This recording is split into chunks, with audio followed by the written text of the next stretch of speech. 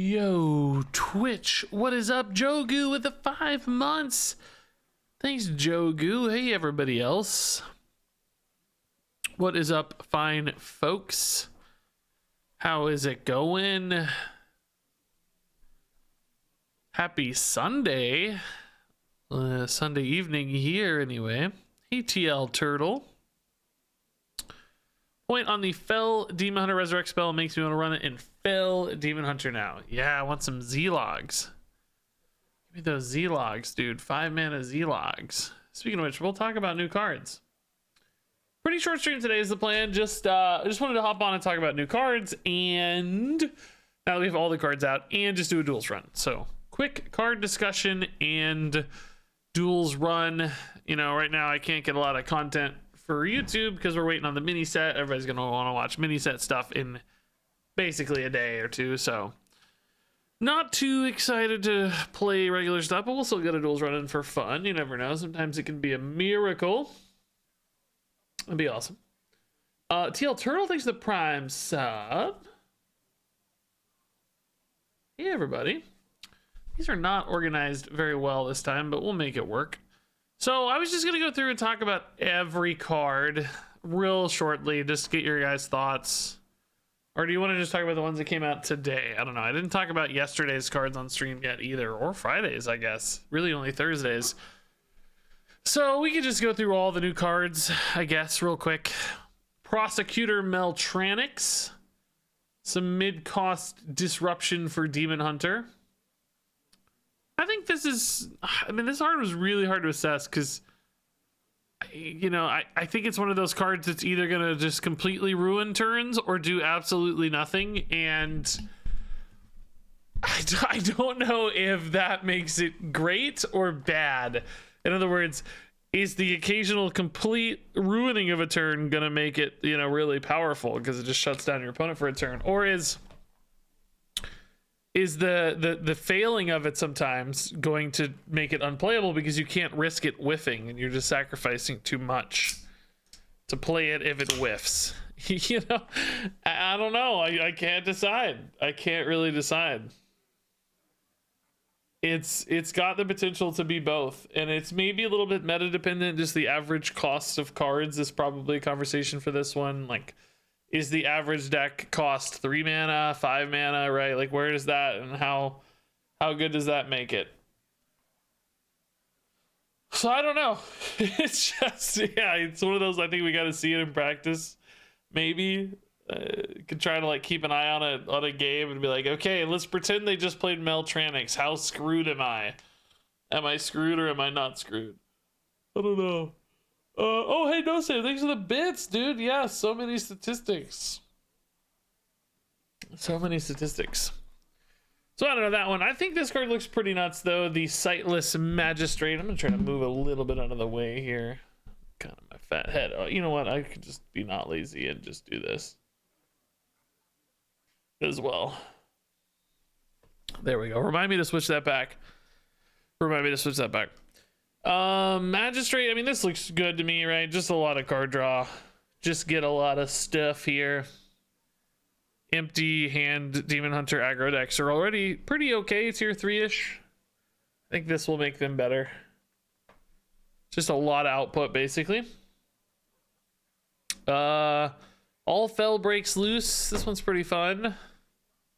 I mentioned just getting a Z-Log back. A single Z-Log back off this is actually not bad if you can, right? Or, you know, it's not guaranteed, but, well, I don't know. I don't think they're going to be distinct necessarily, but could make it pretty cool.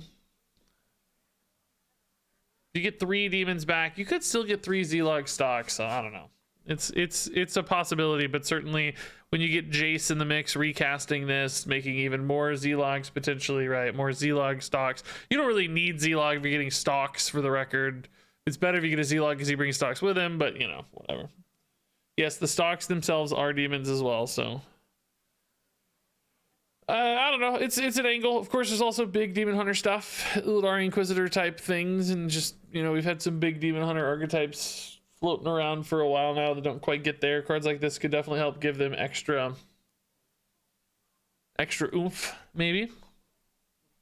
So that's Demon Hunter. Druid, I was not in love with the Druid stuff on average. Attorney at Maw, it's like, it's fine.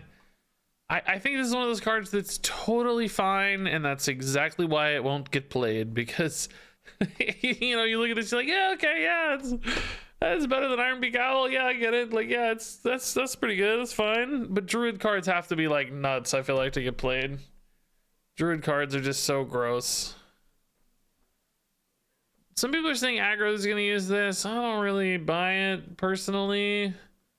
I think most aggro decks are just better off using their mana to develop as much threat as possible, as opposed to have this card that's chilling in hand that's like maybe gonna open up a taunt attack occasionally. Like, we don't really see that many taunt stalls currently, you know, like that's not a big hurdle for things like aggro Druid. They kind of just push through it right now. I think they'd rather just have the cards to push through it.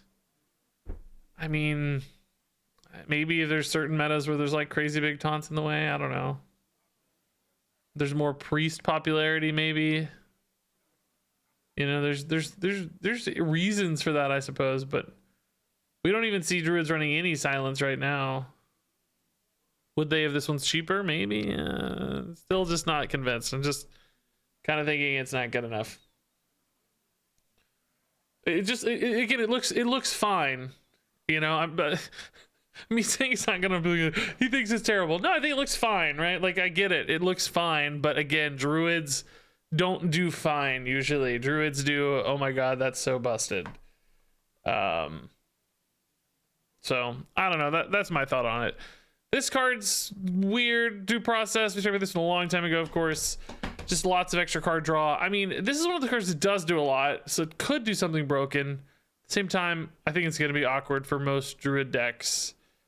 I think the symmetrical nature is a downside in a lot of matchups, and sometimes it might feel like it's restrictive almost in nature, like, oh, I'm drawing too many cards, oh god, this is a problem, like, oh god, I'm fatiguing myself, oh god, you know, like there's just some risks with this one that I think will leave it out of a lot of decks. Although I'm really excited to try this with like Jailer immediately. Like, I just want to do mill Druid Jailer stuff, just mill the crap out of people and destroy my own deck. And I mean, you know, once you've emptied your deck with due process, Jailer comes down. Maybe there's something cool there. I don't know. Seems possible. And then that third card, I didn't like this one much either. Incarceration. Choose a minion and it goes dormant for 3 turns. I don't think Druid's looking for really good single target or cheap single target removal stuff like this. I don't know. That's just, again, it just doesn't really jump out at me. I think all of these cards seem fine. I don't know how to explain. I went into more detail, obviously, in my review. I don't feel like rehashing every single point, but I just don't really see Druid making room for these. Hey, Eggs with Legs, man, what's up? But again, a fine card. It's fine. You know, it's fine. It's not bad or anything. It's just fine. It has combo potential. I don't know. We all said that about Maev too, and it never happened. It just never happened, you know. I think Druid just played an Athreus, you know. It doesn't need to be dormant or whatever. It's definitely a possibility. You know, I talked about it in the review too, but it's just so unlikely, I think. Rack Toner, dude, thanks for the 42 months. My god, dude. Lou indeed. 42 Lou. Amazing. Hunter Secret. Yeah, I think cards that go face are good. I think Quest Hunter with the Dunbaldar is really interesting with this. I don't know if it's enough to make Quest Hunter good in its own right, but man, it sure fits really nicely.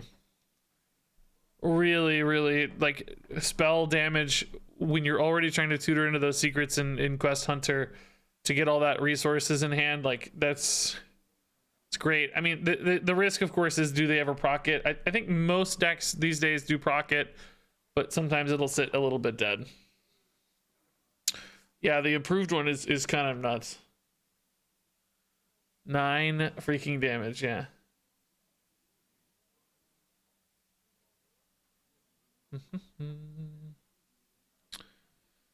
Yeah, Shadehound.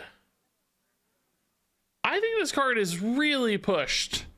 This has like really nice stat line, crazy keyword with rush, and this insane buff. This card is so pushed. I feel like this could be good enough to make token hunters good. Maybe not in the short term, but I can see this being an archetype defining sort of card. Yeah, rat hunter stuff, exactly. I feel like this is just such an insane, like, it's a bloodlust that you know, okay, so it's a bloodlust that takes a trade and develops a 6/5 and adds, like, you know, 8 health, or let's say a savage roar, so that the numbers are a little cleaner. It's a savage roar that's permanent. It's kind of like an arbor up too, actually, is a good way to think about it. It's like a better arbor up. That's probably an even cleaner description. It's like an arbor up that has rush, which I think is kind of crazy. But, you know, just very specific, very specific. It can't go in every deck like Arbor Up, but is that good enough to make this card, or to make that, is this card good enough to make this archetype good enough, I guess is the question. I don't know. I'd keep an eye on this one. It's just so pushed. Really crazy. I see some of you are worrying about the infuse. Are we really still worrying about infuse at this? We've had 40 infuse cards be good. Like, yes, this one is more specific, to be fair, but I don't think it's a challenge. There are a lot of ways to throw away 3 cheap beasts, you know. 3 is not a big infuse check on this. If it were like 6 or 7, I'd be more worried that it wouldn't be done by like turn 5 when it's going to be best played, but at 3, I'm not as worried about that. I think at 3, that's not going to be a huge hamper for this card. So, I don't know. This one's pretty intriguing.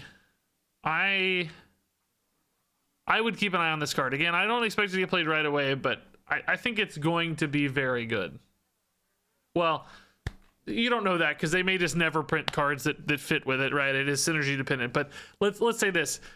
If they print cards that fit with it, it is going to feel like the most powerful card in that package, or be the reason that package makes sense, right?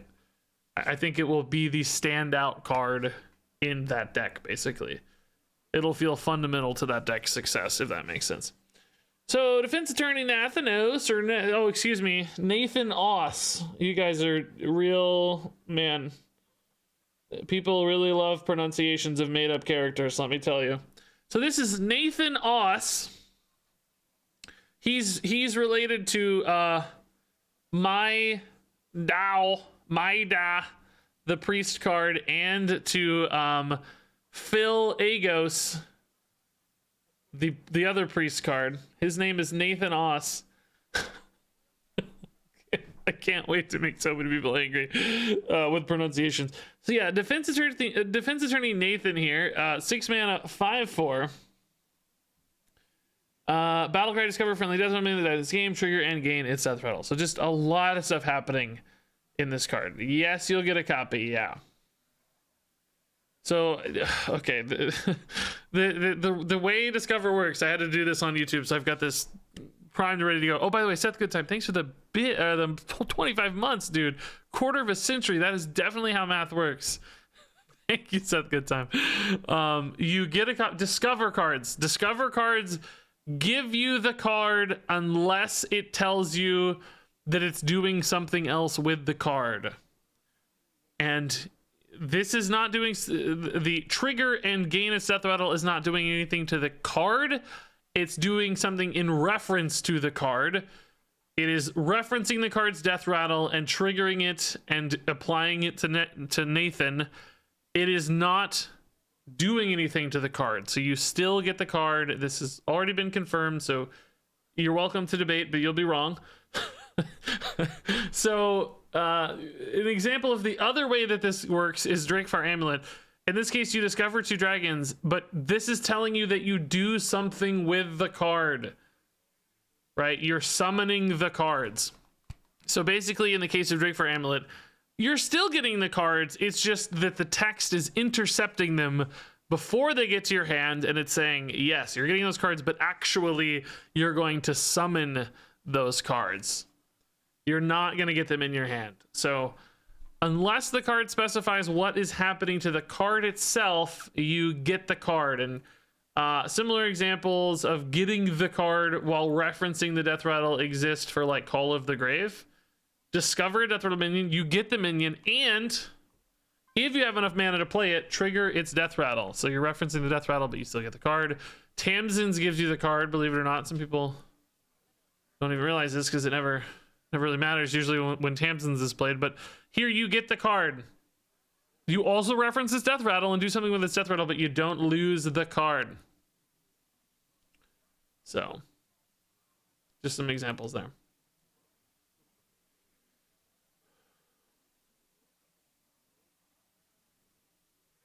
Wouldn't saying trigger and gain a set that'll specify what happens with the card? No, again, as I stated, it's referencing the card. It does not tell you what happens to the card. It is just, it's exactly the same as the priest card right here. It's referencing the card. It's not telling you what happens. It's looking at the card you discovered and saying, okay, I see an attribute, a characteristic of that card, and I'm basing another effect based on that characteristic. It is not saying that it's doing something with the card itself. It's just referencing it. It's referring to its text. If that makes sense. You gotta compare it to 9 Lives. It's the same. 9 Lives has the word also, but it doesn't matter. I do think it would be clearer if they added also to other texts. Yes, that would help people here who are having this problem time and time again. It's clearly in need of extra clarity, but that doesn't make it inconsistent. See, this says also, but it's the same exact story. You get the card and you trigger its death rattle. So yeah, if they added also, it would definitely help people for clarity's sake, but these all work consistently as long as it tells you what, if it doesn't tell you what's happening to the actual card itself. We have another example with like Tavish. Discover and cast the 2 improved secrets. In this case, it's casting them, much like it's summoning summoning the dragons. This time it's casting them. Right? It would say cast copies of them if you kept them in hand, but because... So anyway, I understand it's a little confusing. I'm not hating on people who it's not. I'm just explaining. Like, I get it. I think they should add also to clarify. 9 Lives actually had the most clear text, and then they abandoned it for the sake of probably fitting on a card or just simplicity's sake, but I do think it's clearly a very common misunderstanding, so it would probably just be better if they added also. So anyway, where were we at? What are we doing here? Yes. Moral of the story, you get the card with Nathan, yes. And that has already been confirmed by Blizzard as well, so.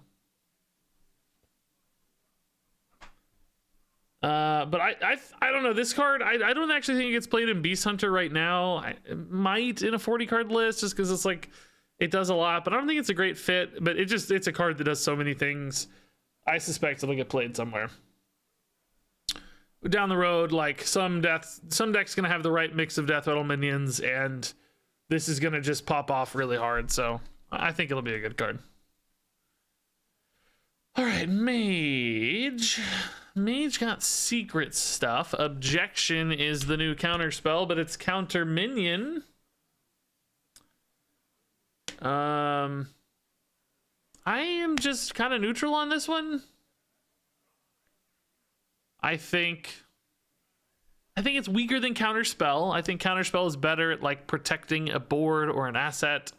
I think this one is more easily, well, not all decks is it more easily checked, but I'll say this. I think sometimes disrupting a 2-mana spell can be more valuable than like disrupting a 2-mana minion.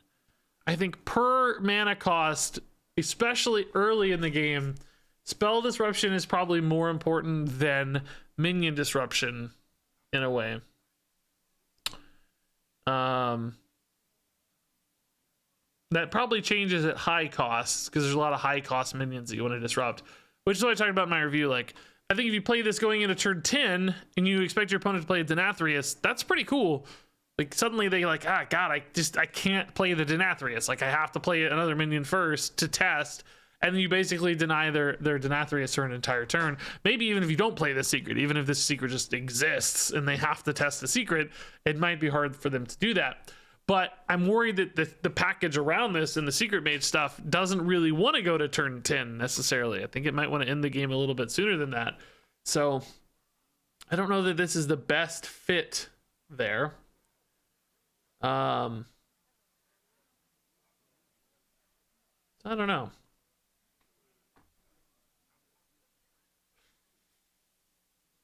Just kind of, again, I'm just sort of neutral on this one. I think it's okay. I think it's solid. I think I gave it 3 stars.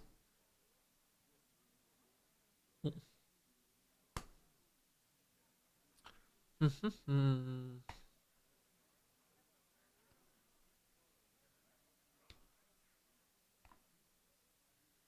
the decks in the game have coin, almost no decks run wisps.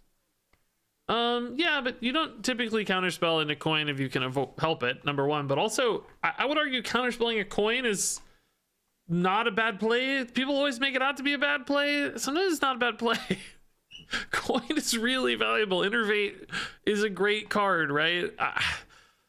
I think people downplay the significance of counterspelling a coin. Sometimes that's stopping your opponent from making a really powerful play or cheating something out early, right? And you don't have to either. You know, you can wait. So I don't know. I don't know if that's a. I get it. Like, I think that's a reasonable point to bring up, but I don't think that is alone a reason to downplay the value of counterspell. I mean, as you well know, counterspell has been a relevant secret for many moons, and coin has always been there. But counterspell is generally one of the better secrets. So I don't know. I don't mean to be. I feel like I'm being. I feel like I'm being. I don't mean to be an antagonizer here. I feel like I'm shooting people down a lot, but I guess it's just because you guys are bringing a lot of. I'm the one proposing ideas, and you guys are countering them, and then I defend them. So it feels like I don't mean to antagonize, though. Yeah, I don't mean to be a downer. It's just the structure, I guess, or the nature of this experience where I have, I have an opinion, and then there's hundreds of you to counter that opinion. It's pretty natural, I guess. Again, I think it's solid. I like I said, if secrets get played, I think it'll be in a secret deck. I think it'll be there. I don't think it's a good enough secret to make me really excited about the secret package, if that makes sense.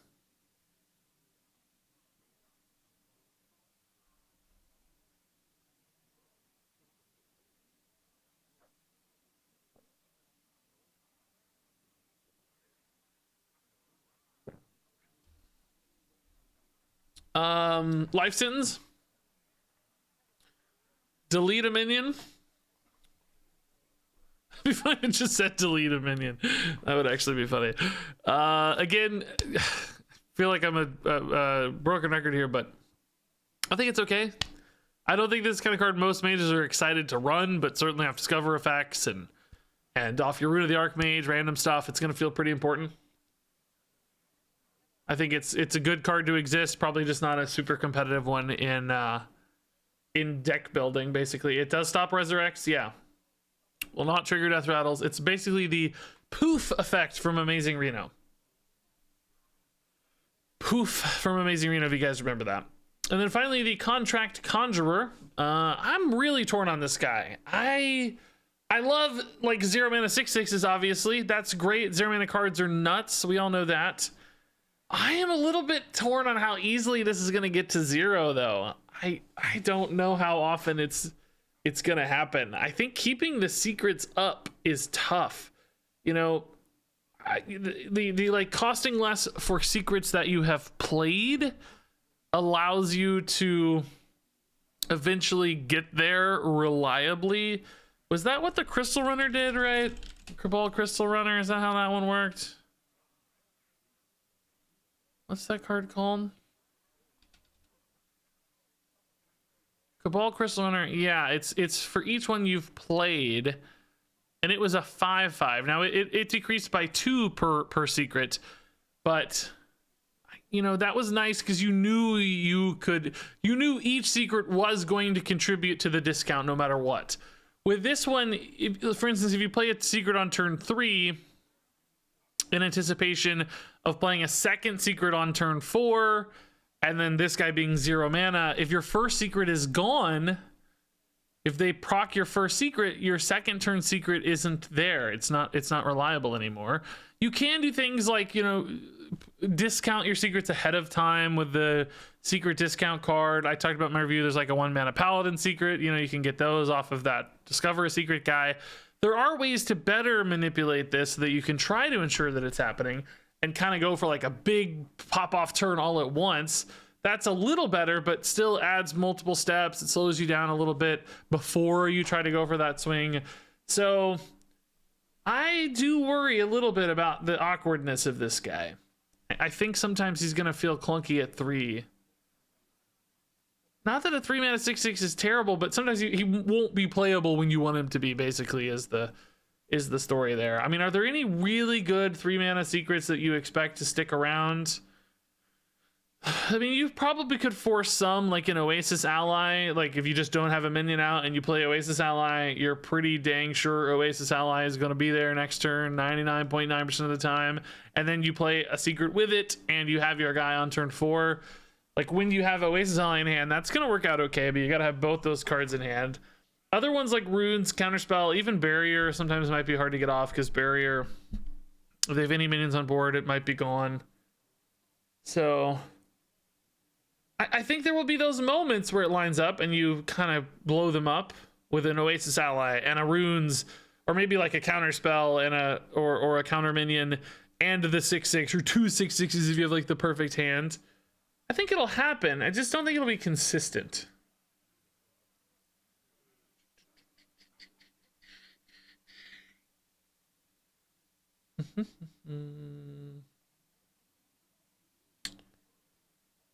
All right, Paladin, class action lawyer. Yeah, I think this is just a great little debuff tool. I think a lot of people think this needs to be bigger than it is. Like, you know, I saw a lot of comments like, you know, there are no giant minions to hit on turn 8 or turn, you know, on turn 2 there's no giant minions to hit or whatever. In the early game there's no, you know, you're not going to have any big minions to hit.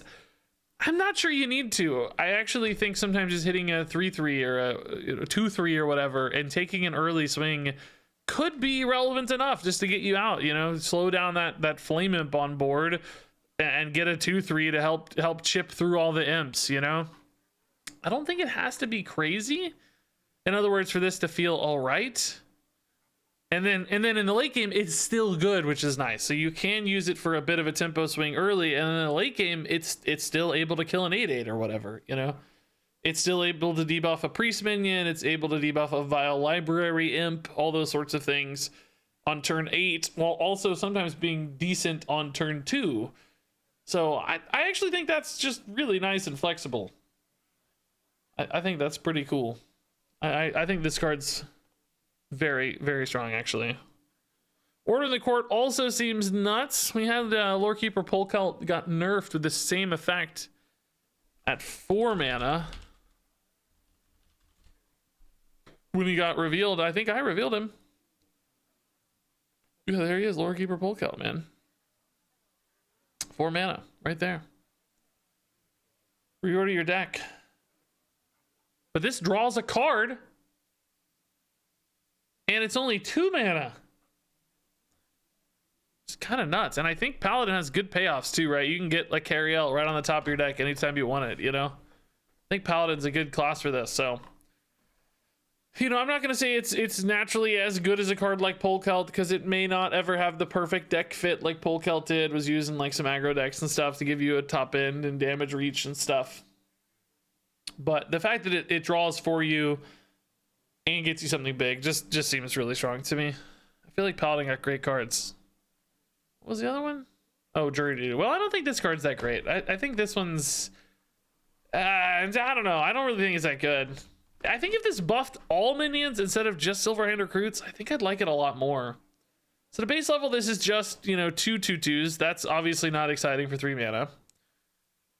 You know, theoretically, like post quest line, of course, it scales with other Silverhand recruit buffs and everything. Obviously, sure, but I don't think it scales that much better. And you know, the buff to your other Silverhand recruits, like we have buffs in Hearthstone from 6 years ago or something that are, you know, give your minions +1/+1 for 1 mana. That's like Mark of the Lotus is a 1 mana card. It buffs all of your minions. This is a 1/1 buff that only buffs Silverhand recruits, and it's attached to another 1 mana card, which is Lost in the Jungle, right? Which gives you 2 1/1s, 2 Silverhand recruits. So this is kind of like a 1 mana card and a 1 mana card got stapled together, or not even really a 1 mana card, because Mark of the Lotus, it doesn't do that. It actually is worse than Mark of the Lotus. So it's kind of like a half mana card. There's about 1.5 mana worth of stuff here.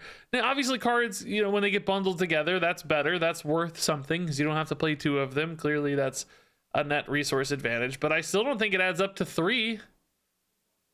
It just doesn't really make sense to me numerically or in practice. Like thinking about it in a game state, I just don't know.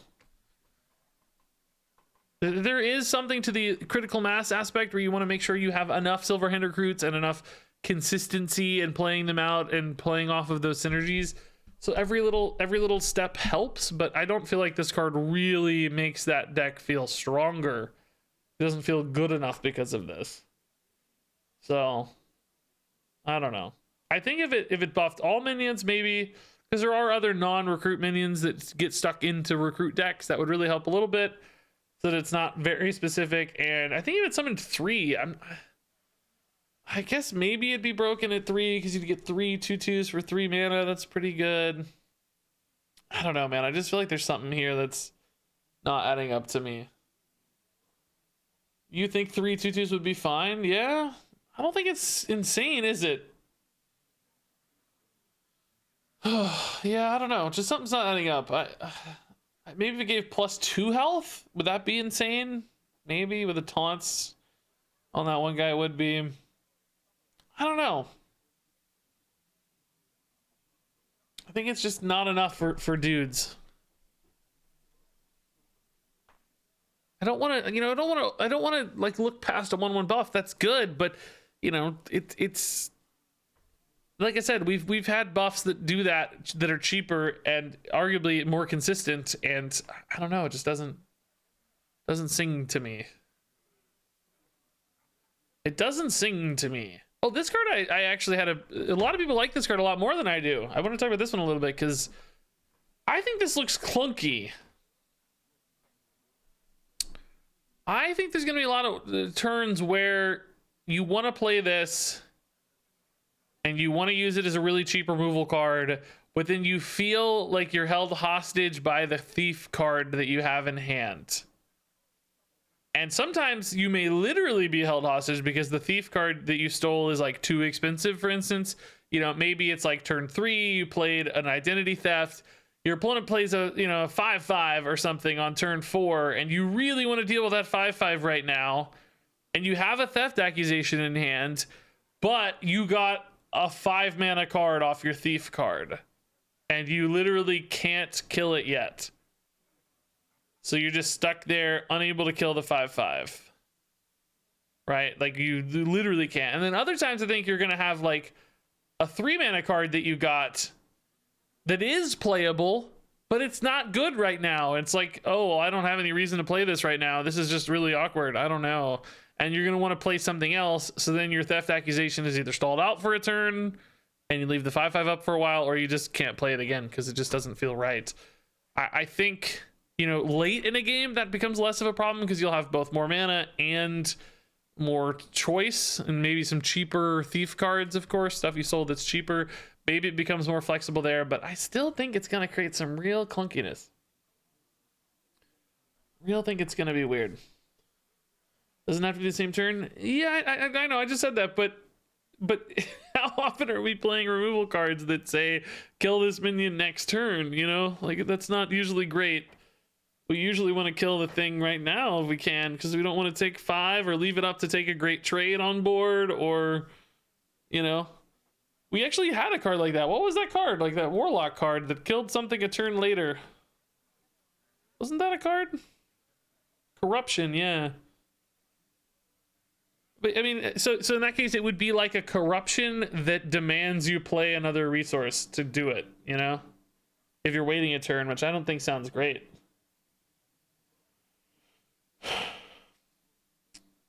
I don't know. I mean, I get it. It's 1 mana removal. That's efficient. But, and I think some classes would be, Corrupting Mist is another example. Yeah. I think some classes would be way happier with this than Priest. But my thought is, I think Priest has enough other removal. For instance, Light It Burns is pretty comparable. Not obviously as universal. It can whiff sometimes.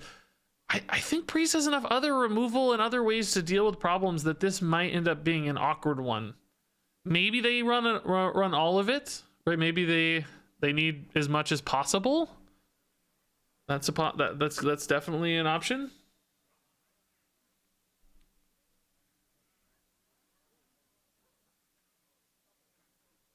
Did you talk about the Q&A where they said they didn't have resources to do a narrative adventure for Castle Nathria? That rings so hollow to me. No, I did not talk about that. What do you mean it rings hollow to you? Like you think they should have enough resources, you're saying? Yeah, I mean, I'm not really that excited about single player stuff, so I guess I didn't jump on that right away as a pain point, but I hear you. Yeah. It feels like they should have enough. But I would honestly, if they did have those resources, I would actually personally prefer they spend those on something else as opposed to a single player narrative thing. So we all just have our preferences. It sounds like you might like the narrative thing better. So yeah, Codeine, I kind of hear you. It's not removal for 1. It's removal for 1 plus the mana to play whatever other card. And rarely do you steal an ideal card to play at the same time. That's my take as well. That's also my take. Like the flexibility that it offers by being a 1 mana card is lost because of its conditionality. So would you rather just run another removal card that doesn't demand that conditionality and ultimately might end up being even cheaper in a weird way? Like you know, Shadow Word Death is probably not a good example because it's, again, not universal, but would you just be better off running a Shadow Word Death? Because it always works. You know? I don't, yeah, like, this is not a card that's being played right now, so I don't think a great example, but you know, that's kind of my logic as well. I don't know, we'll see. It is very cheap, so who knows?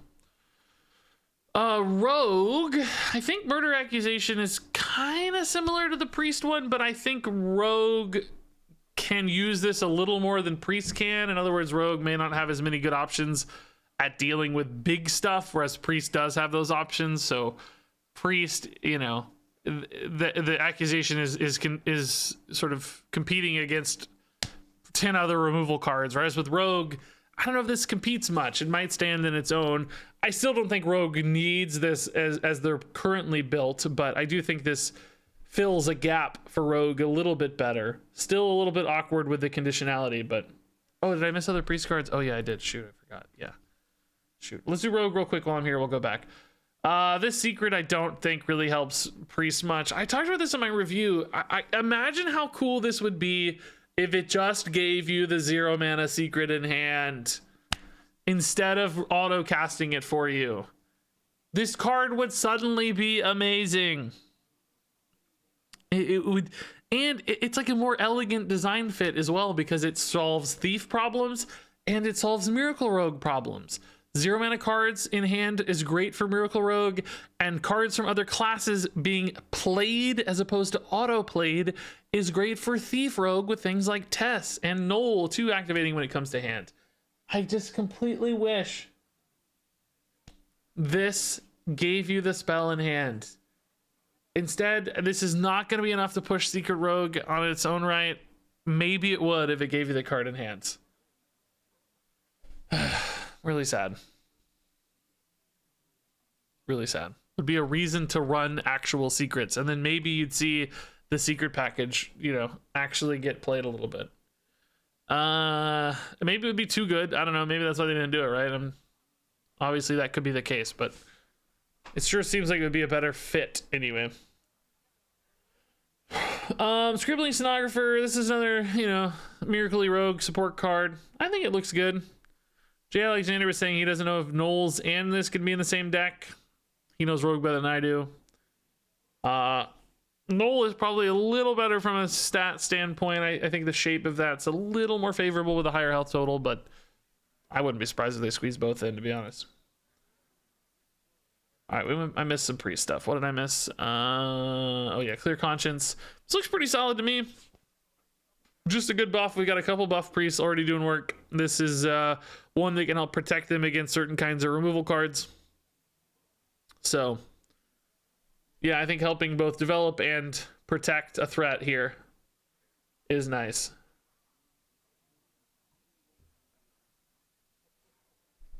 Yeah, Naga Priest, exactly. And then Incriminating Psychic. This is one of those cards that seems totally fine.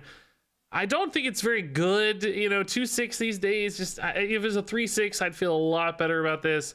We even had that old 3/6 Taunt Dragon back in the day. This would just be straight up better than that, of course, if it were a 3/6, but who cares? But you know, Thief support, little speed bump, and Dragon synergies. Yeah, I could see one of those or multiples of those coalescing into a deck and making some sense. Shaman got this weird guy. I don't see this at all. I just don't. Cora said this started out as a 3-mana card. I mean, with different stats, obviously. I'm sure it was like a 3/4 or 3/3 or something. I don't know, 2/3, who knows. But now an 8-mana card, just too late to make any sense, really. Yeah, Arena Goat, probably. I don't. What do you do with this in standard? Even like Battlecry synergies don't make sense. I thought about it like, well, if it had charge or lifesteal or something, sure, right? The Battlecry would be kind of nuts, but like repeating it later. But as it stands, just not a standard format card, I don't think at all.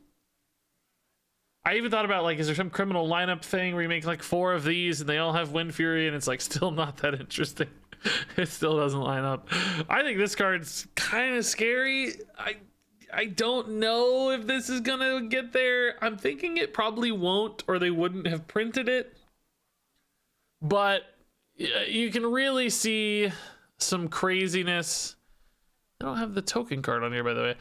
With Battlecry synergies, right, you could shuffle 20 Overload cards into your opponent's deck. That's 40 mana worth of penalties. And, you know, kill a couple turns basically with this one if you really go into it. We're obviously going to do this as soon as possible to see how it goes and see how fun it is. I hope it's not good, though, because I think this will be so frustrating. It's like mana burn for Demon Hunter, basically, but times 20 or something of that nature. Which, you know, it's delayed a little bit because Overload's like the following turn, clearly, and they have to draw it. So it's more of a slow burn, but it's a slow burn that could hit all at once as well. In other words, it might take 3 or 4 turns, and then, oh, hey, -6 mana. And then the next turn, oh, hey, -4 mana. And then the next turn, like, oh, hey, -8 mana. Right. So I don't know. It's scary. I don't love that. And systemic evidence here. Yeah, I mean, I don't think it pushes totems. I think there's like bioluminescence plays with this, maybe like cheap wide board stuff, maybe, but then you got to infuse it with totems, which is weird. I don't know. It's okay. It's okay. It makes a lot of stuff very affordably, which can work well. Just doesn't jump out at me. Warlock, Arson Accusation. We got another removal card on an accusation here. I think this one is a little bit better than the other accusations because I think Life Tap is such a natural fit for this one. There will still be those moments, though, where I'm not sure you want to Life Tap alongside it. You like might want to play something else. But it's maybe not asking quite as much. Also, I like that this one actually just works on its own. Like, you don't technically have to follow up with it. If you just want to let the opponent hit you in the face, then the minion will die. It's sort of like a vaporize or a single target flame ward on a minion that would die to a flame ward, if that makes sense, because they get to do the damage unlike vaporize, but it also clears them after they attack. So it could still be played for 2 if you're willing to take a little bit of damage. That might not be bad, because remember, it doesn't say after you take damage on your turn, it's just after you take damage. So them hitting you will proc it. So I think that adds a little layer of flexibility from like weaving this into a turn standpoint, which is nice. So I think that's helpful. I like that one a little more. That said, Warlock does have a lot of removal historically, so will that be necessary? Not sure. Imposter is a new demon that's going to gain or transform into a demon of bigger size, hopefully. And you got Vile Library to pump up some imps. Well, it's not demon, it's imp specifically, but that's pretty much all the demons in Warlock right now, it seems. So you can make a 3/3 imp, a 2/5 imp, a 7/7 imp off of your Vile Library with an Imposter. This kind of reminds me of that card in Paladin back in the day. That dude who showed up in Battlegrounds as a part of the Dark Moon prizes. What was his name? Paladin guy. What was that guy's name? Argent Braggart. It kind of has Argent Braggart vibes. Now this got bigger based on the biggest thing, so you could use it with your opponent's stuff, right? So this was actually probably just better because it also is not limited to imps either. So this is like a bad Argent Braggart, I think. Isn't it just kind of always worse? Because this would work with the imps as well. Well, I guess not, because copies can matter for effects. This is only stats. So if it had a positive effect like an Imp Gang boss, I guess technically an Imp Gang boss copy would be a little bit better. Or any other imp with some sort of enchantment or effect or whatever. So, still, I don't know. The more I look at this card, actually, the more I think the conditionality might hurt it a little bit. It's going to be really bad if you're behind or don't have a big minion. It's just not going to keep up well. Just, 2 mana 3/2 or 2 mana 3/3 is okay, but not good enough. And then if you're ahead and winning, it's going to help you stabilize a little bit, but some might call that a 1 more card, I guess. Not in love with it. Habeas Corpses is, I don't know, intriguing with big stuff. I don't see a home for this at all right now, but I like the effect. Nice little swingy card that gives you some cool death rattles. I don't know. Another one to keep an eye on. I think it's pretty efficient and cheap. I could see some cool stuff happening here, but not yet. Warrior. We got Call to the Stand, which is a Dirty Rat, Vol'jin, whatever type card. Hey, Samniak. These are 29 months, by the way, Samniak. Thank you. I do not think this is as good as Dirty Rat, by the way. I saw a lot of comparisons saying this is a better Dirty Rat. I don't think that's true. I think the 1 mana 2/6 stapled to this with Dirty Rat is not irrelevant, because sometimes you want to pull that minion out and it's like just a little too big to remove, or you don't have the answer to it right away, and the Dirty Rat presents a nice little stall and wall for that minion to hit into. Or sometimes, if you pull something small, you just got to play a 2/6 taunt for the Dirty Rat, right? And that always felt pretty nice. This is going to be forcing you to be much more reliable on your follow-up to it. Like, you're going to have to sometimes remove the thing, which might be tougher. Yeah, it can't be double with battle cries either. Yeah, that's true. No brand Dirty Rat stuff.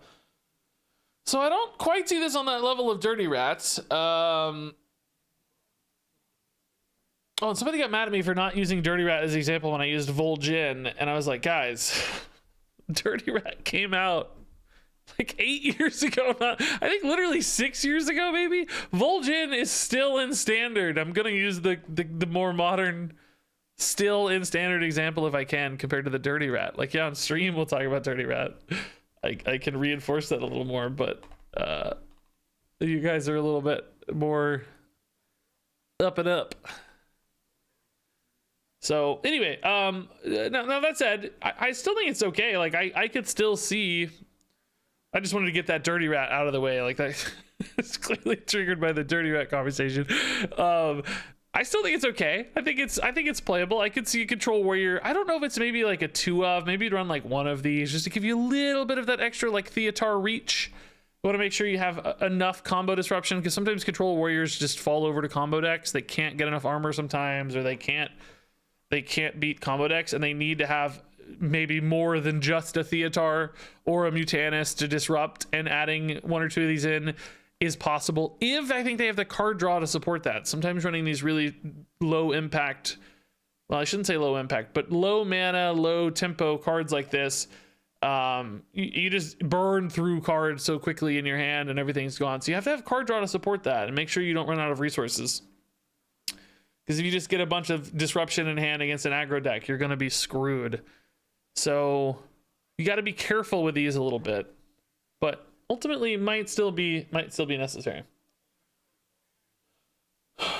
So yeah, I like the art on this one a lot, by the way. This character is really cool looking. I love the colors. It's like a really vibrant color. Oh yeah, weapons expert. This just looks good to me. Just good pile of effects. Weapon tutor's strong. Weapon buffs are strong. The body is not amazing, but it's fine given all the other stuff that it does. I think drawing an imbued axe off this is going to be really nice. This is the best card in Rage Warrior, I think. So just seems good to me. And then this guy just seems bad to me. I don't get it at all. 5 mana 8/8s just don't do anything anymore, and it's a conditional 5 mana 8/8. You want to play big taunt minions when you're behind and losing to an aggro deck, probably. And if you're behind and losing to an aggro deck, you might not have 4 armor.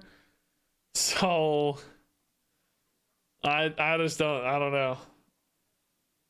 Maybe some kind of crazy taunt synergy stuff.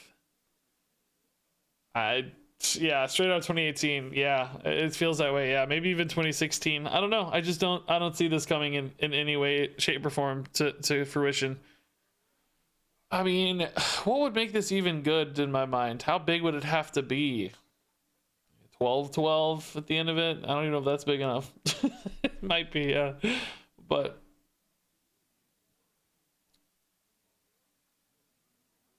I don't know, it kind of reminds me of that Warlock Soul Fragment card we were looking at the other day when we did our Soul Fragment run. That was like a 7/8 taunt, right? If you had a Soul Fragment in your deck. That's a few years old, wasn't great in its era, and I think had it at sometimes an easier condition to achieve. Oh no, oh yeah, 7/8, yeah. Kind of reminds me of a Void Drinker a little bit. A little bit like a Void Drinker. Oh yeah, Priest had that one too. Yeah, that thing got bigger if you healed. Yeah.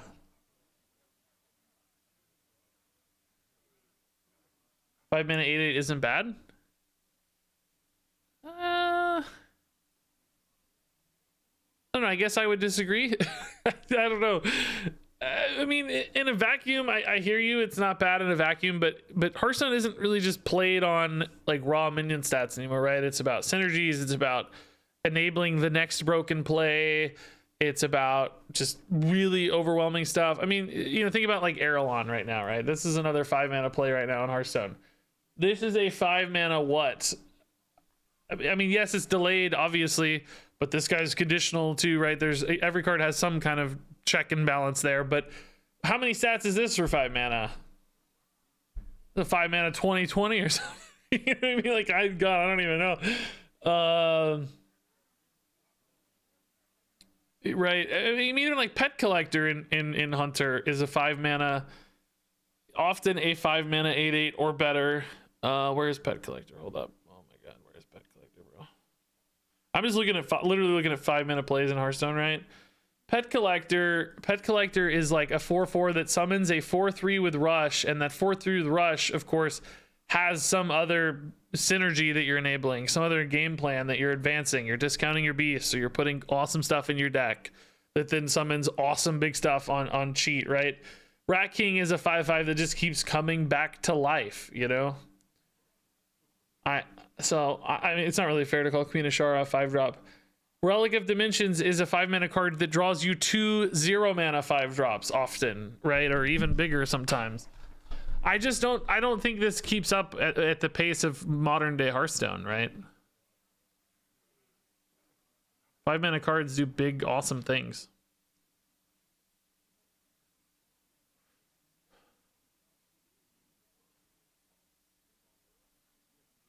I mean, I get it. Like in arena, in a vacuum, in like sometimes you'll be fine playing a 5-mana 8/8, right?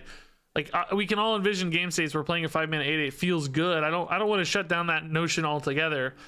There are those moments, but it's about creating the next moment and the next big play and like setting things up and advancing a game plan.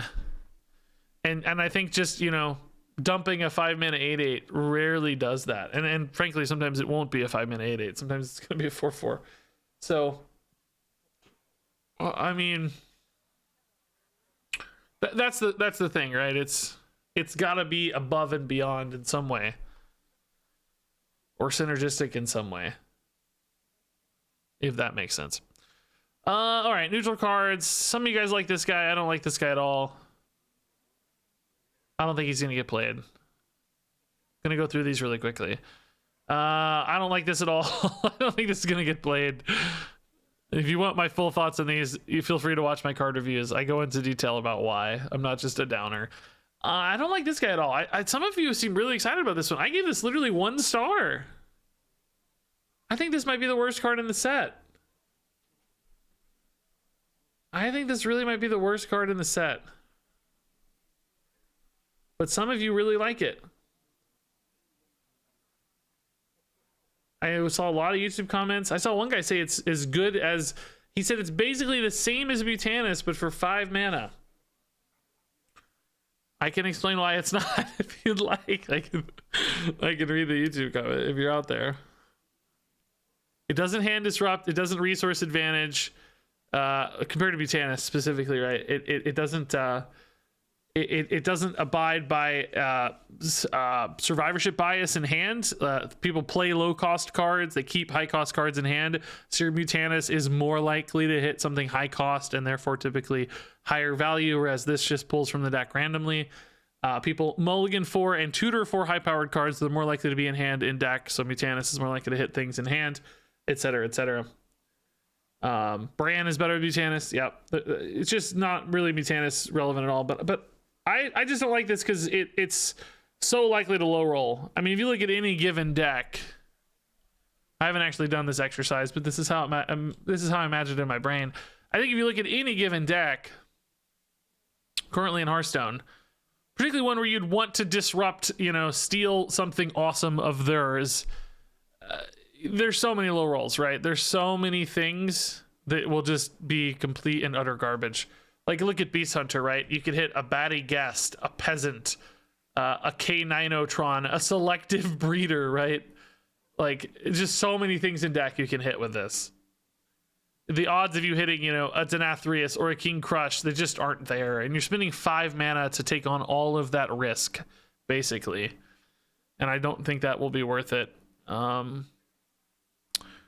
I mean, some decks honestly don't even have any good targets to hit. Warlock is mostly bad targets. I guess you'd be cool with a Sea Giant. You might be cool to Rafam just to steal it from your opponent, but that's 2 out of 30 cards basically, maybe 2 out of 20 minions or something. Naga Priest, same story. It's going to be all whiffs. Nothing high rolly here. And a lot of mana spent to get, Priestess Valish in play or whatever. So, I think it'll be fun to disrupt people in wilds. Screw the big priests, that'll be fun. But I just don't see how this gets played in standard. I think there's just better ways to do it. Theatar, Nathanos, like each class is starting to get their own disruption. This is a very disruption heavy expansion. So it feels like that'll fall to the bottom of the pile to me. Sylvanas, this just looks like a generally useful card. I think a lot of decks will play this. Renathal decks will find a reason to pop this in. It's like, oh yeah, that works for me. Okay, I need some mid-game plays. I think Sylvanas is going to be one of those pretty common, maybe not, certainly not to the level of like Denathrius, of course, because she's not a straight-up win condition, but, another little insatiable devourer type card.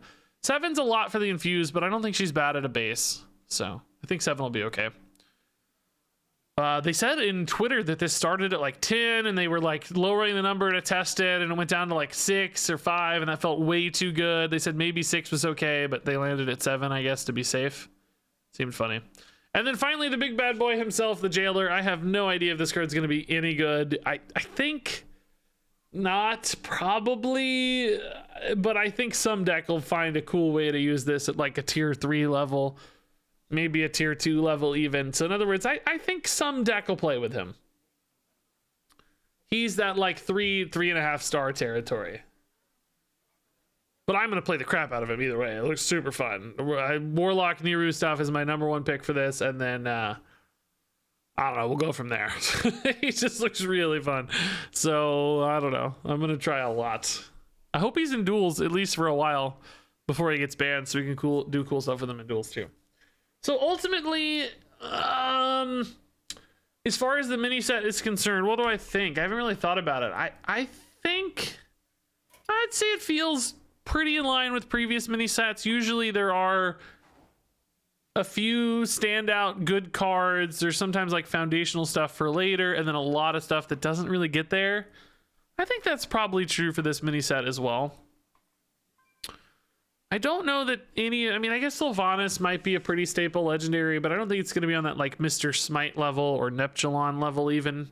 No, it might be on the Neptulon level. Neptulon's more in wild than standard, really.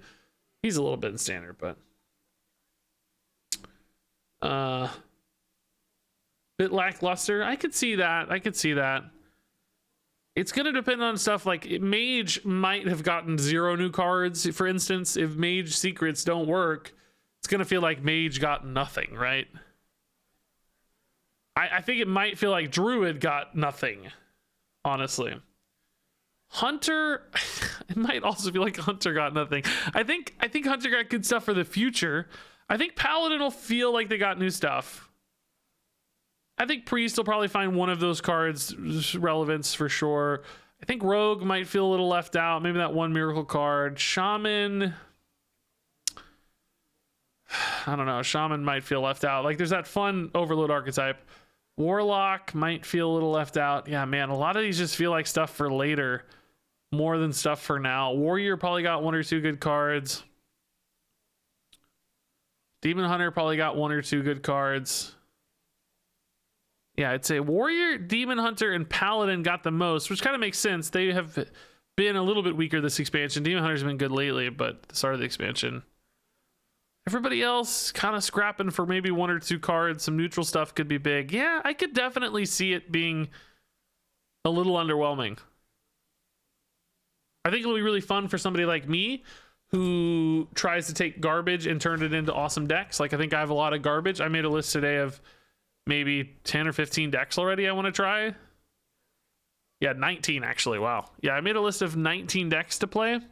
So I think I'll have a lot of fun, like trying out weird new cards and archetypes and, you know, making stuff work. I think if you're more concerned about like direct meta relevance, like, am I going to be playing a new deck or a better deck? I don't know. I'm not convinced. Many people are going to feel like the meta has moved a lot. Hopefully there's at least 1 or 2 new decks though that shift things around a little bit. I think it'd be sad if it didn't.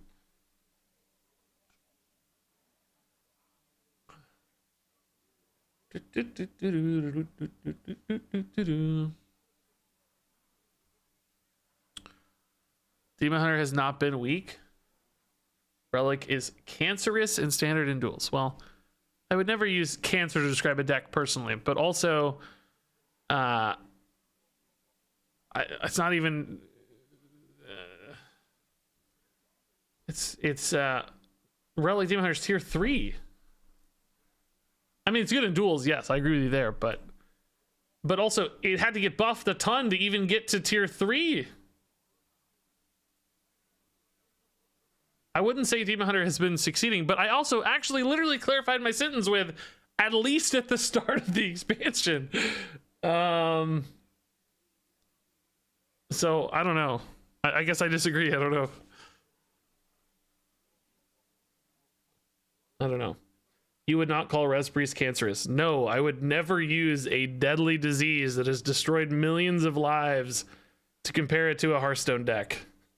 I've always thought people saying that is pretty silly. It feels like people who say that have probably never been impacted by someone with cancer. So no, I personally would never use that term. I don't try to judge you guys too much on it. Obviously doing that a little bit right now if you're picking up on the tone and the hint. But no, I would never use that term to describe a deck. Paradis, thanks for the 10 months, man. I am also excited to be here. Minus this conversation. Minus this exact moment. I was excited to be here. Again, I get it. People are just using it lightly, but no, personally, I would not. I'm not trying to be harsh or judge you guys too much, but I wouldn't. So now that I've killed the mood, great. What do you guys want to play? I just want to do a quick run, or well, however long it takes, but I wasn't gonna spend too much time. I wanted to mostly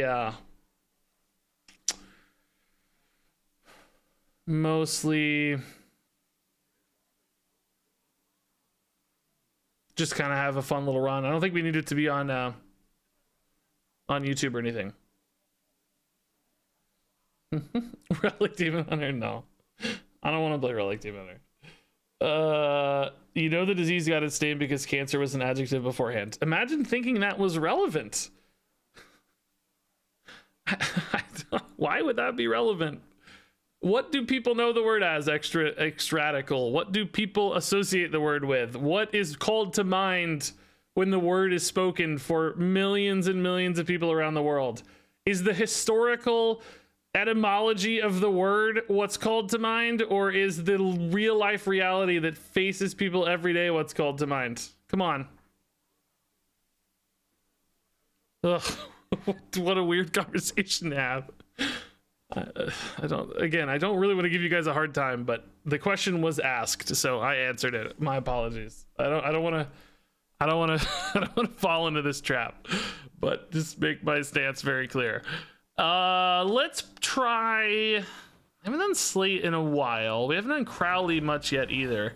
I kind of still wanted to do a like big Crowley run where we run like the extra cannon cards and like a Bran and some Battlecry synergies. I'm just not sure that's very good. We could also do this to make them do extra damage. Could do like a Smorky build with that maybe.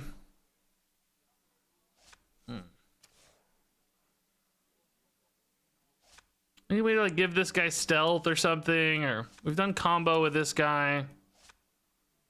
I just don't see it.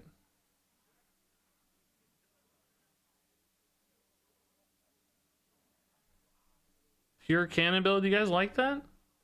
Enraged warrior with cannons?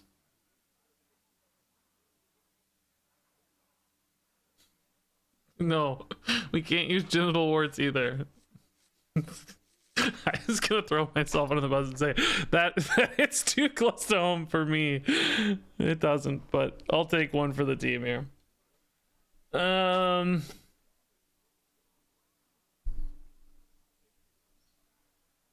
Hero power synergies, yeah. I agree a cannon build sounds weak, yeah, but I kind of want to get off, I want to get off the stream now. I killed the mood. I want to just make a quick loss. Is there a way to build like a control deck around this so you could just grind people down with cannons, right? Just a bunch of armor gain. We could, you know what we could do? We could do Juggernaut with this and just go for like a dormant build. All right, I'm gonna do it. I don't care. So Juggernaut, well, I need Pirate Quest. So basically pirates raid the docks and just basically do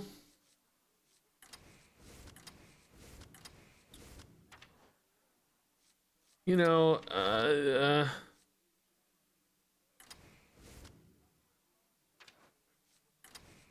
need a cheap weapon, don't I? What do people run in pirate builds, by the way? Need a cheap weapon. What's that good weapon? The 1 mana one. Not a pirate. I like the idea. Oh, I also wanted to run Bran though. I gotta be careful. I wanted to run Bran. I wanted to have as many Juggernauts on board as possible is my thought. Just give me a lot of juggernauts and a lot of cannons is my idea here. You run... No, you don't run Corsair, right? We like Dredge because we can get better pirates. We like... I miss... Like, isn't there something that gets me a pirate? What am I missing here? Deckhand? We might do Deckhand. I don't know yet. I need a Bran, though. I want to have Bran for both, what's her name? Rokara, and potentially for the Grizzled Reinforcement. I want to meme and just have a full board of dormant minions. I know there's already people going, you're not gonna be able to play minions. I know, that's the goal. That's the plan. I want to have just a ton of dormant stuff just chipping away at people. This looks good, right? Is this about the right pirate package? Is it maybe a little bit slow for duels? Maybe Sword Eater's a little bit slow. Zola's kind of a neat idea, but I think the problem there is mana expenditure. I don't want to have to spend the 5 again. Like, Bran is 3 plus 5, but Zola is 3 plus 5 plus 5. Oh, well, no, not... Oh, yeah, no, it is. Yeah. You guys think Eater is a cut? Okay, I buy that. It seems expensive for duels, but I wasn't sure. Maybe Shiver is not good? Like, don't we just want more consistent pirate draws? Also, do we need N'Zoths? I know I've seen people run N'Zoths in duels, but I feel like I could almost go for... Well, I mean, maybe the Zola, honestly. Why not? Let's just do it. Amalgam better than Trawler. I think I like the Dredge because of the ability to grab the right shape of pirate. Like, sometimes you need that cheap pirate to fit your curve, and Dredge can fix that. Amalgam, I think in duels causes problems sometimes. I think most of the time I've played Amalgam in duels, it's messed up buckets too much. We might be doing that anyway with some of these weird cards like Bran and Zola, but I'm at least trying.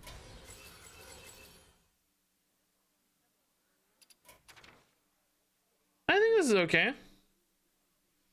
What kind of passes would be good? Well, Bicorn, I guess, would be the number one. For just extra pirate patches stuff, that's fine. Although we don't technically really have pirate synergies too much. Like, we don't even have South Sea Captain. But, you know, that'd probably be okay. Very consistent free 1/1s is certainly fine. After that, I don't know. I haven't thought about it. Stargazing to hit more hero powers? Unlikely, but possible. You know, it's probably some kind of Meek Mastery that'd be decent, I'd guess. Okay, we want you guys later and pirates first. I'd say early in the run here, if this goes to plan. Well, that's annoying. We're probably going to be just smorking people here, less reliant on dormant shenanigans.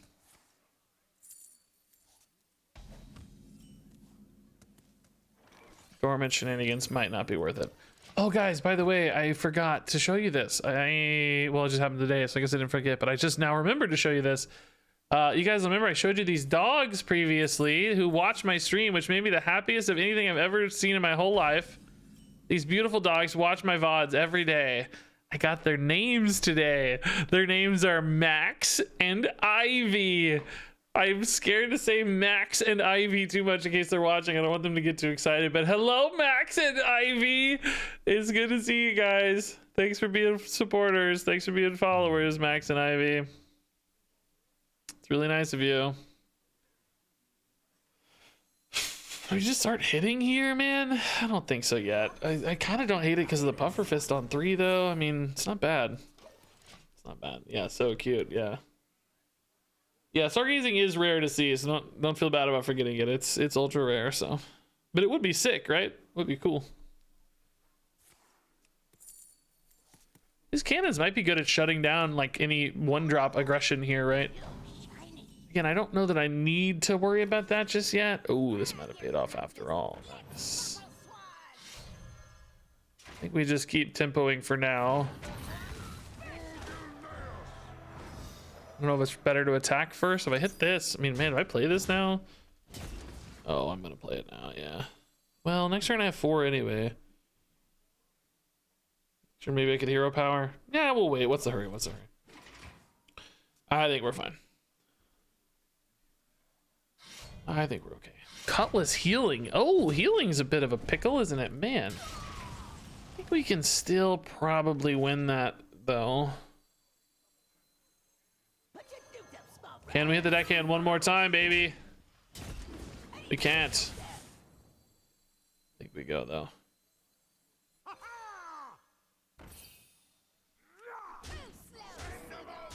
Okay, they're still very low, thankfully, and a lot of board presence here. Smorking it out with pirates. What have I become? I'm a monster.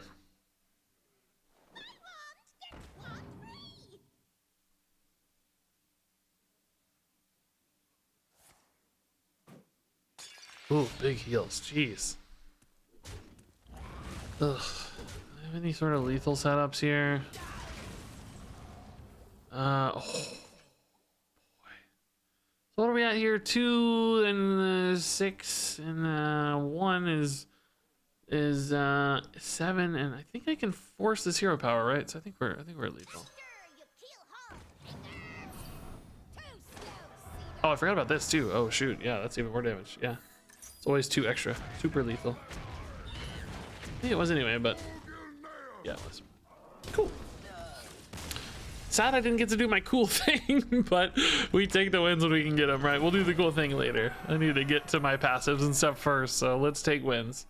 Let's not get too spicy here. Okay, so we definitely don't care about rush minions at all.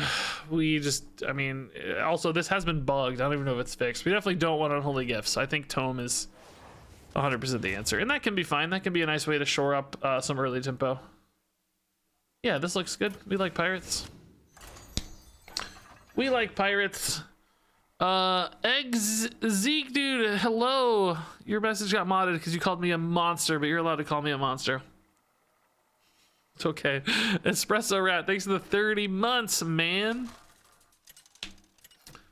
You don't need to be auto-modded for calling me a monster. Witness the ways of my forest. I am in position. Okay. Need way faster pirates. TNT, thanks to 18 months, man. That's really nice. Welcome, welcome. You get auto-modded a lot. Yeah, I had to crank up the auto-mod settings like 6 months ago on Twitch because we kept getting that crazy spammer just dropping all kinds of obscene absurdity over and over again, and you just ban them and they come back, ban them and they come back, ban them and they come back. So I cranked up the auto-mod. I could probably turn it back down. You'd probably turn it back down a little bit. You going to TwitchCon? No, I'm not a big TwitchCon guy. I just don't know what I would do there. Savior and Rat Trap. Oh, interesting. So as soon as they play a lot of cards, they are absolutely screwed. We got the double play 3 thing here.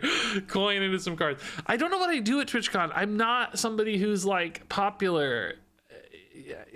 That's not just me being like falsely humble either, by the way.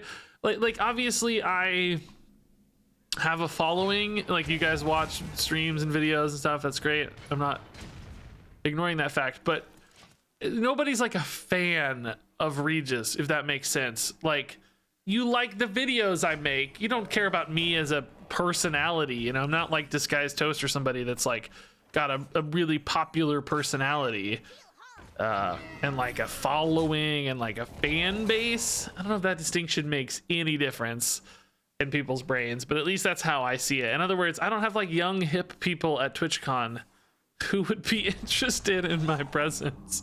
If that, oh, we're gonna get our things here. Yes, nice. I just don't think anybody would be interested in like my presence, if that makes sense. You guys care more about the content, I think, which I like that. That's good. I don't want to be a personality so much if I don't have to.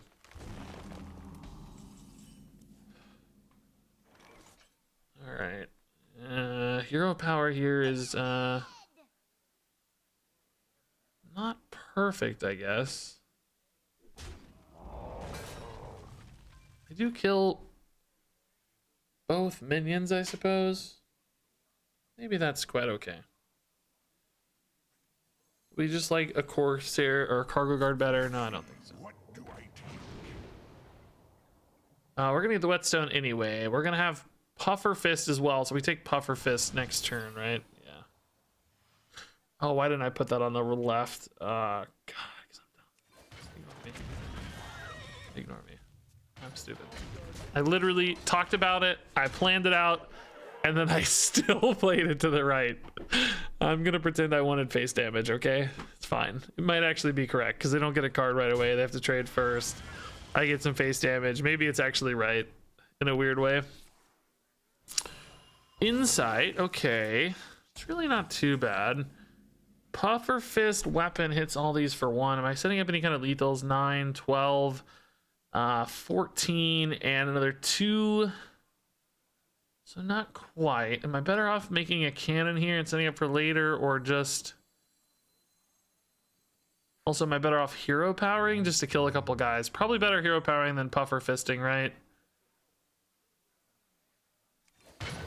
Just killing 2 dudes is pretty good. In that case, I can actually Cargo Guard as well. I don't need a Puffer Fist yet. We'll wait. Oh, we're not setting up a lethal push just yet, so we kill a 2/2, right? Is 8 a relevant breakpoint somehow? 6 and 2. 2 here, 6 here. I mean, it's kind of relevant, maybe. I don't know. Whatever. 2 can't be that punishing, can it? I think we'll be all right.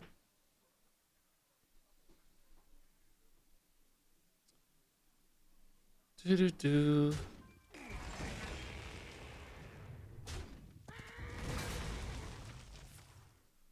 Flipper friends just to clear a 6/6, maybe? That doesn't feel very exciting, does it? There's a lot of health, though. A lot of health. I don't think I have lethal either.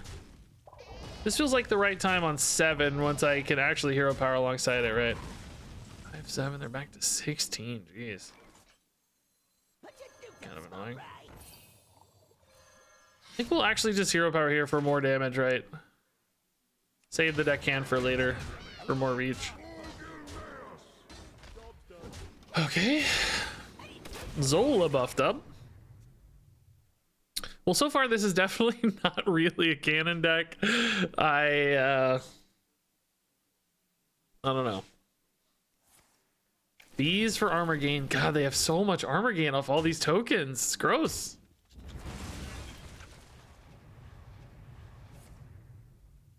Oh, man. Well, they're minions there too. So I have 4, 5.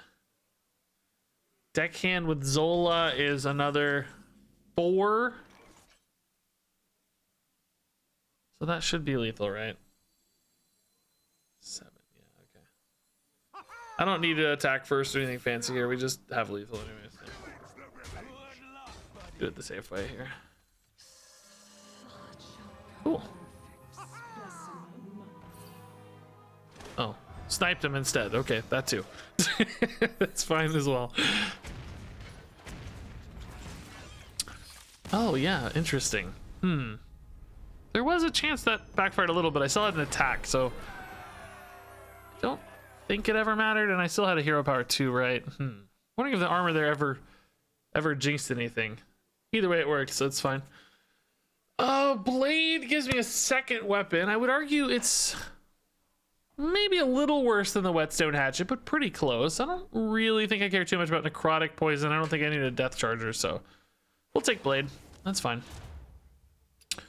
Pirates, yeah, sure, that's good. Patches is cool. We like patches.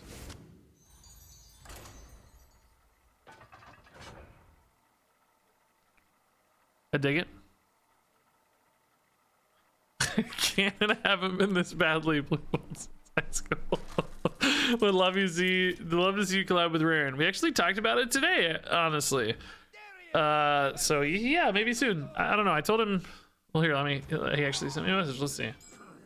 Okay, yeah, it's gonna be a minute because I got a busy week this week. But yes, we're planning something literally as we speak.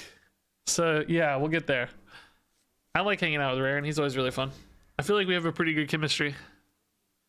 Sometimes I don't know that I have a good chemistry with other streamers. Like I feel I don't know. I feel awkward, but not around Raren. I feel like we get along great. Okay, so Cat Trick and Snipe. All right, that's not bad. Oh man, why is getting this? Thankfully now we have the other weapon, so we still get some value, but still a little annoying. Hey Warborg, man, thank you. Yeah, I'm doing good. Yeah, Raren is great. Oh, Snipe here is so insanely perfect. Raren is really good at talking to people on his videos. Like, I do not think I would be nearly so gifted at navigating a lot of those conversations and stuff. I feel like I'd be awkward. I really think I'd be clunky at it, honestly. I think I'd have a hard time. Just honestly, the notion of like messaging somebody to appear in a video to me sounds scary. Like, I don't want to have to like message somebody and like ask them to be in a video, you know. It makes me nervous. This is a scary thought. I think we just play a 4-5, right? That seems fine. Wish I had a target to hit for the attack here, because I feel like the attack's a little bit wasted like this. Could arguably just play a cargo guard. It's less pressure in play though.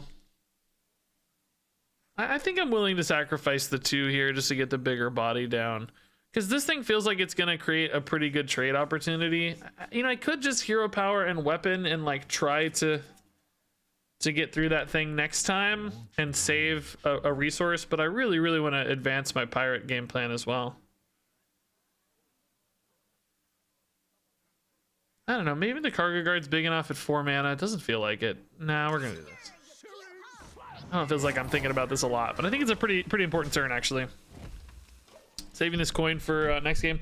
Hey, Punishment, dude. X Punishment 31 with 5 gifted freaking sub.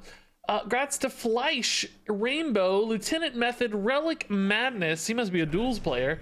And Real Dues. Grats, everybody. Thank you, Punishment, for 5 insane gift subs. And Tauren Axe, also with a gift sub to Raren. That's amazing. That's funny. Oh, jeez. Brutal.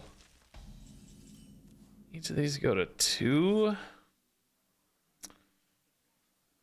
So...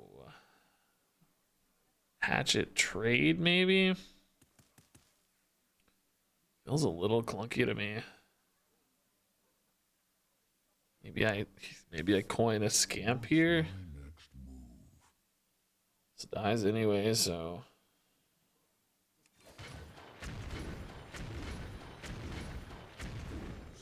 all right.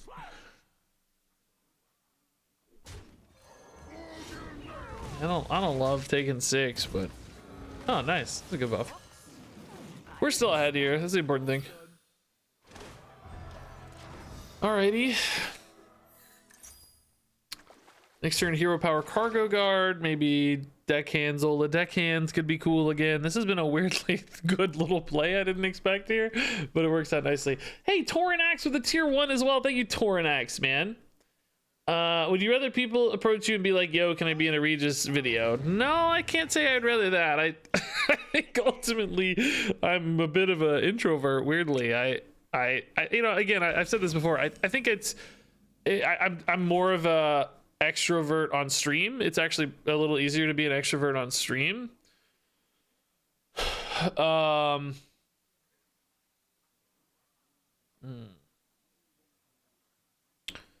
I don't need to get fancy. I don't have any like lethals, right? 7, 8.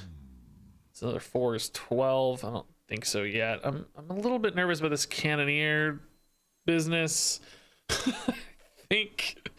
I think I just kill the 3/3 right and don't get fancy here.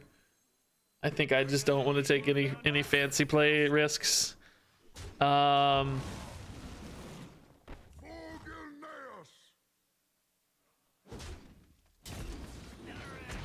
Okay, so I think we just hero power for damage, yeah. We're pushing them pretty far here. And I have some deckhand combos setting up too. This is 5, 6 here already. We have smite as well, so we're getting there.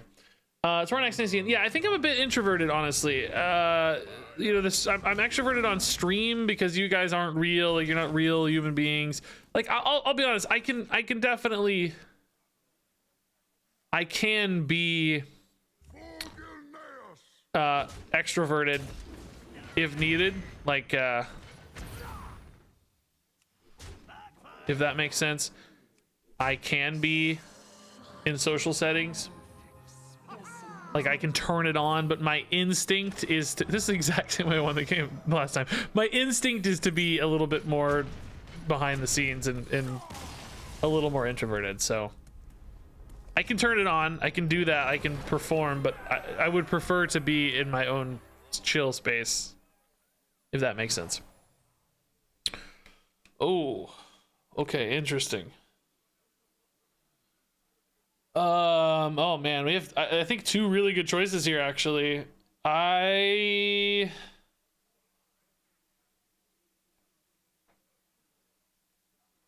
a little torn. Goggles can be, of course, totally insane.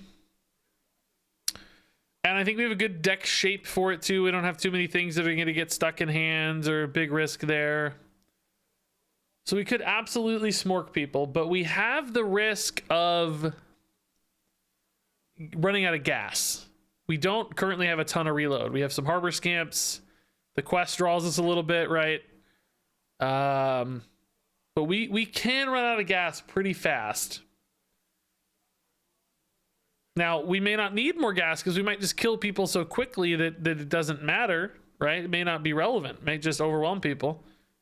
That's certainly a possibility, especially if we get like some cool Juggernaut plays and stuff. Now, Haggathas is also a way for us to be like aggressive and swarm people, but it doesn't create a resource challenge.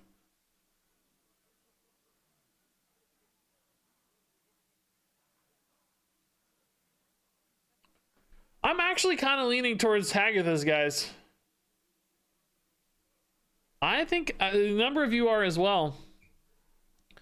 My fears are with Goggles. I have maybe just enough stuff that's awkward, like Bran and Zola and Smite, where I'm not really going to want to play those if they get stuck in the Goggles.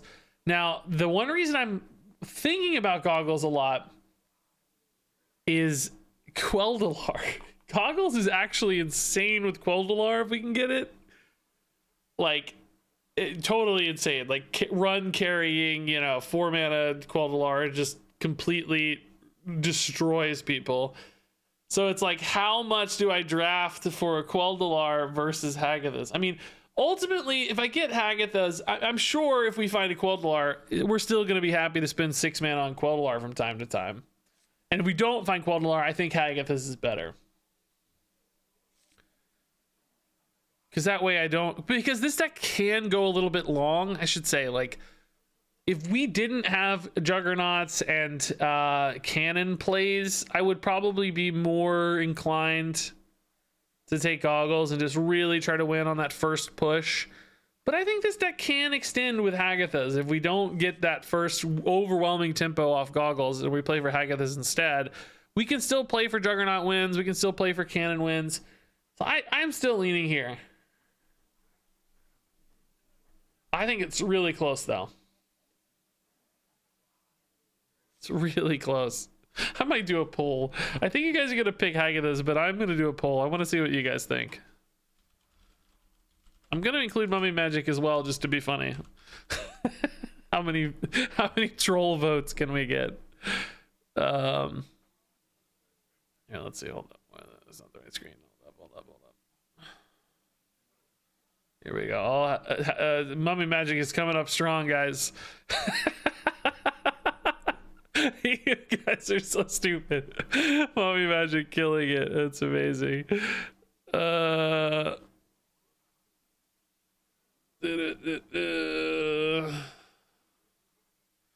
Goggles would be more fun. I think maybe, yeah. Sometimes it is. I do think it would make me way more like piratey smorky though, and I kind of do want to be more like, the whole plan here was to get all of our cannons and stuff firing, and I think Haggathas will allow us to do that better. Okay, obviously Haggathas is also winning. Cool. Ooh, what in God's name is this? Watley does draw pirates. I think these cards are okay. I mean, small minions getting buffed by Haggathas is generally good. I don't have enough taunts for that. This is just way too clunky. I mean, what in God's name? Remember how insane this card used to be? With lackeys? It's insane. Okay. Man, quick 3-0 though. Jeez. Pirates doing pirate stuff. I don't know if we're going to be able to keep that going or not. People are going to get better and better removal as we go. Their own kind of higher counter tempo, crazy death rattle taunts, right? People are going to start getting in our way a lot more. Haggathas might make us big enough that it's not a problem though. I didn't acknowledge one thing about goggles, I guess, is that Dox always kills that crazy early first goggles. So maybe Dox would have created a problem for us with goggles. Limited it a little bit at least. Okay.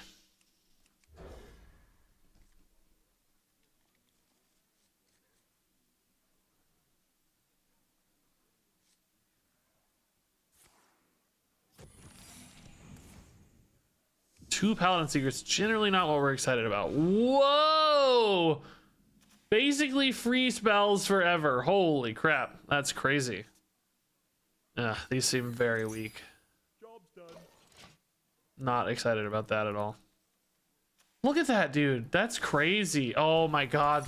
I've never been this hard countered in my life. Flare already on the opening turn. Are you kidding me? Look at this, dude. Look at this.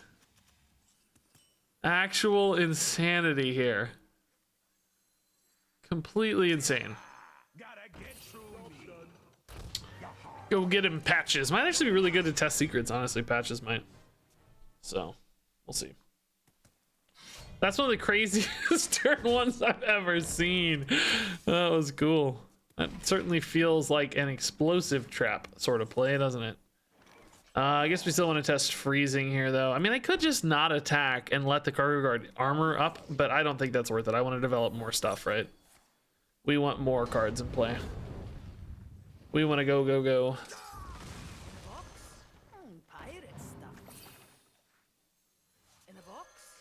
Alrighty.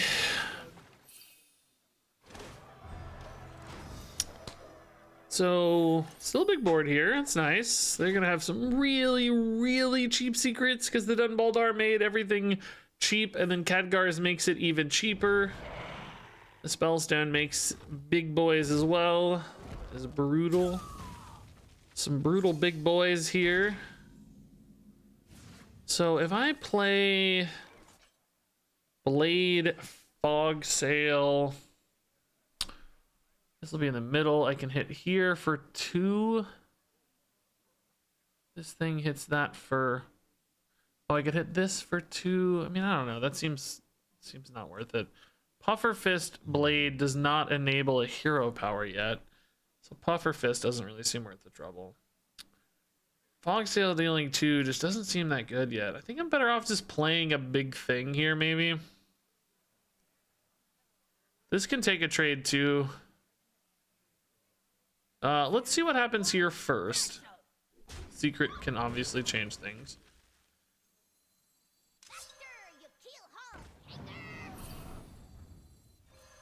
Yeah, I think I just want to tidy these up a little bit, right?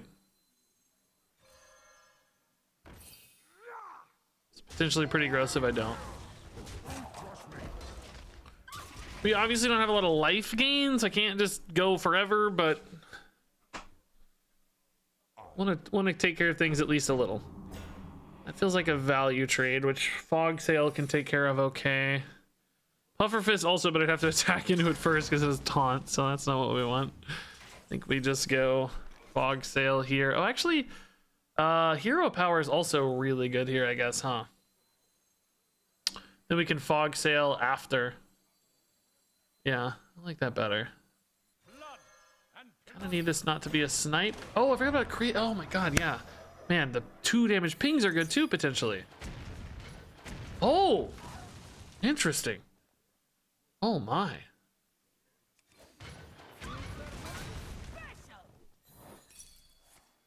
Misdirection. Oh, that's not so exciting. Aw.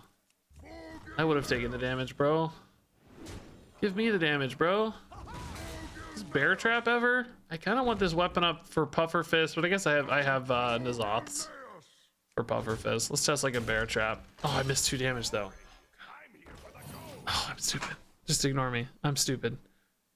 Forgot about the 2 off the stupid freebooter. Is it worth it to test a face attack secret though? I had misdirection. If explosive was up, I guess it was worth it if explosive was up. Yeah, it's probably worth it.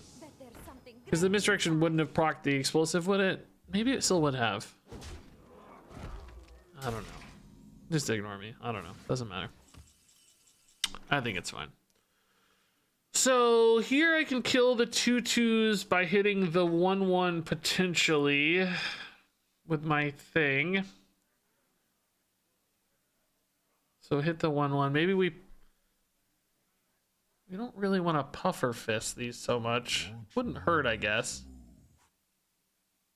Zoth's puffer fist is 4, 6, a little bit clunky. So sad that this isn't buffed. Yes, puffer fist is going to clear out the mystery winner anyway. That leaves both of those at 1. Wandering monster. Okay, not a beast, thankfully. So puffer fist again will readily deal with that. The problem is it's not going to be in the middle, man.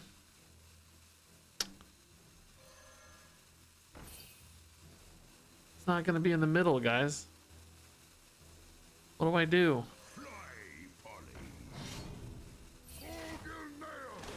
What do I do?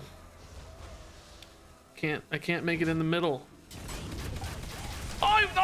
I roped. Oh, I'm an idiot. Oh my god. I gotta wear a headset. I didn't even notice the rope was happening.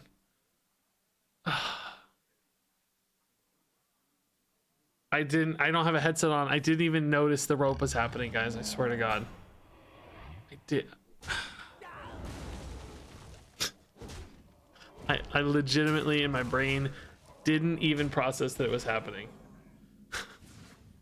I didn't even know it was close. Oh.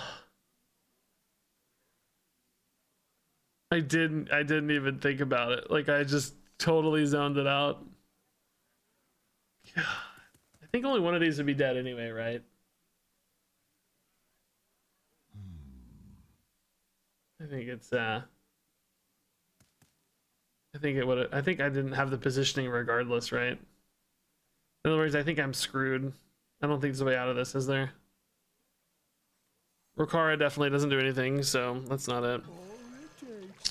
This guy doesn't do anything. Neophyte doesn't do anything. Not that I have them anyway, but I'm screwed.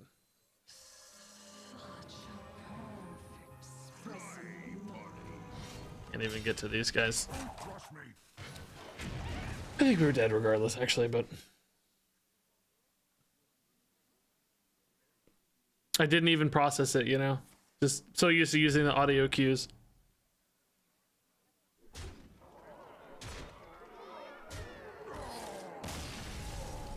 Both should be dead with hero power. I don't think they were going to be, right? My positioning was weird. I think maybe it was gonna roll over. Maybe it was. I don't even know. Rope had stealth, yeah, basically. I love the guy in chat. It's visual. Yeah, no kidding, bro. We just never noticed the graphic before. Come on. Like, don't be silly. I'm obviously saying I didn't see it, and you come along and say, or I didn't hear it, right? I'm used to the audio cues. Like, obviously it's there. The whole point is that I didn't see it. Like, obviously. Oh my god, it's so silly. Oh, it's got a graphic, Regis. None of us ever noticed that, man. Wow, it's weird. We're almost saying like it takes both components for us to notice. I think wand is the play, right?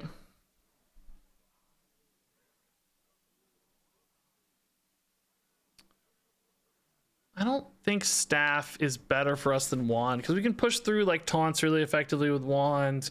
You can deal with any sort of Grave Out deck with wand. Blade just doesn't seem worth it either. We're kind of going faster than Blade warrants. So I think Wand is definitely the plan.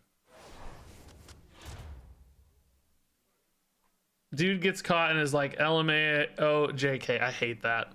I ignored it, but I hate it. Yeah. Anytime somebody gets called, oh, I'm just trolling. I'm just joking. Which, you know, you might have been Pineapple. I don't know, to be fair, but that's a very common retort.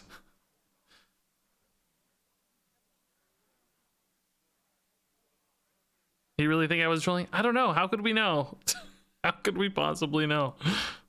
Here, we'll review your you want us to review your chat log? Here. You mostly talk about communism, so it's hard to know.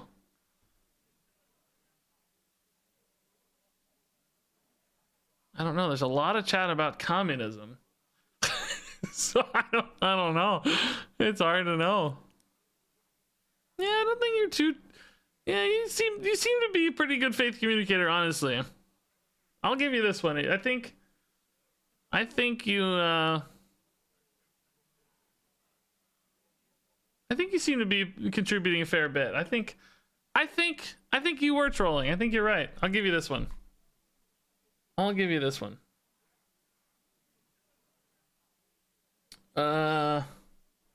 You can review whole chat logs? Yikes, I can, yeah. I have entire histories on people. Sometimes I will make comments and reactions based on those that you guys don't understand why I'm being mean to somebody or like calling somebody out. It's because I've seen their logs or am reviewing them in the moment and I know how they usually talk. And I can safely identify them as somebody who's a jerk. Although I don't, it won't let me click yours, Icy Dweeb. I don't know why it's like bugging out or something. Oh, here it is. Here it is, Icy Dweeb. You've left 218 messages.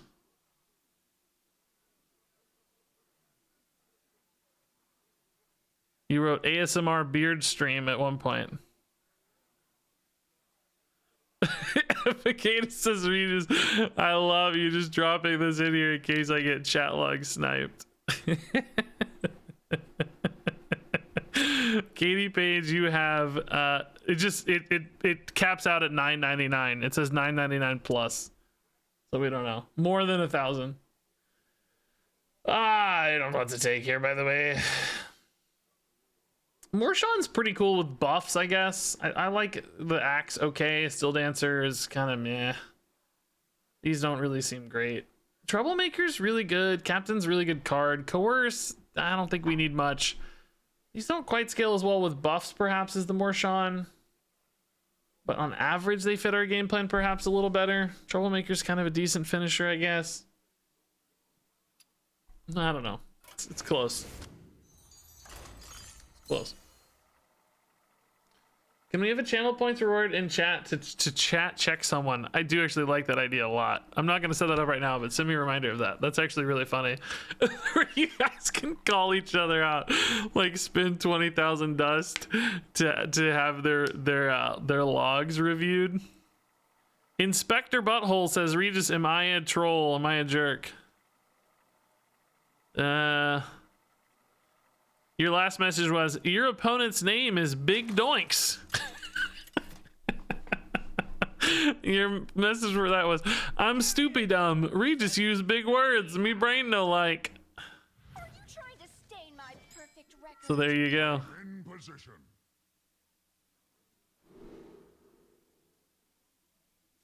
There you go. Okay. It's really cheap, which I like. We might be able to fill the curve nicely here. I like it because it gets buffed early, and then we're putting those stats into play faster with cheap minions, right?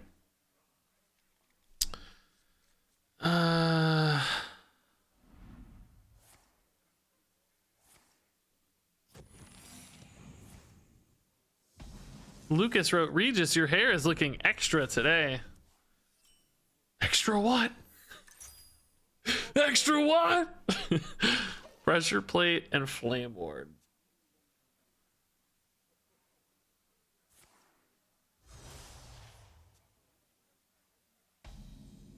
Everybody is hacked suddenly, man. You're all just hacked. Gosh, that's already really big, but we'll still stay on curve here for a minute, I guess. Ugh. Guess it's a hero power next turn, so I really shouldn't take something that's about next turn. Corsair's probably technically the best tempo here. Zola on a pirate might be nice, but 3 mana is really expensive already. It's a pretty bad hand. Zola Brand is pretty sneaky. Brand's already big. I guess I'll do that, honestly. I mean, maybe just making 2 brands is right. Maybe 2 of some other key thing. I don't know yet, but it's gonna be hard to beat relics either way.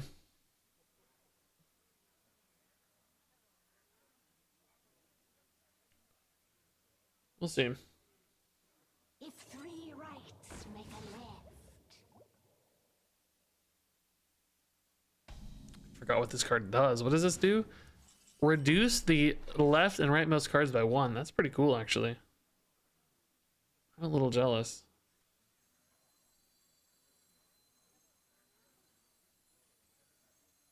Yeah, Bran is big, dude. Bran is very big, dude.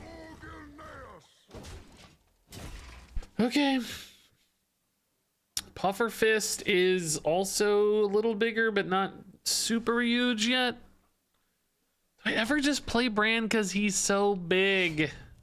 Well, Puffer Fist certainly looking better now.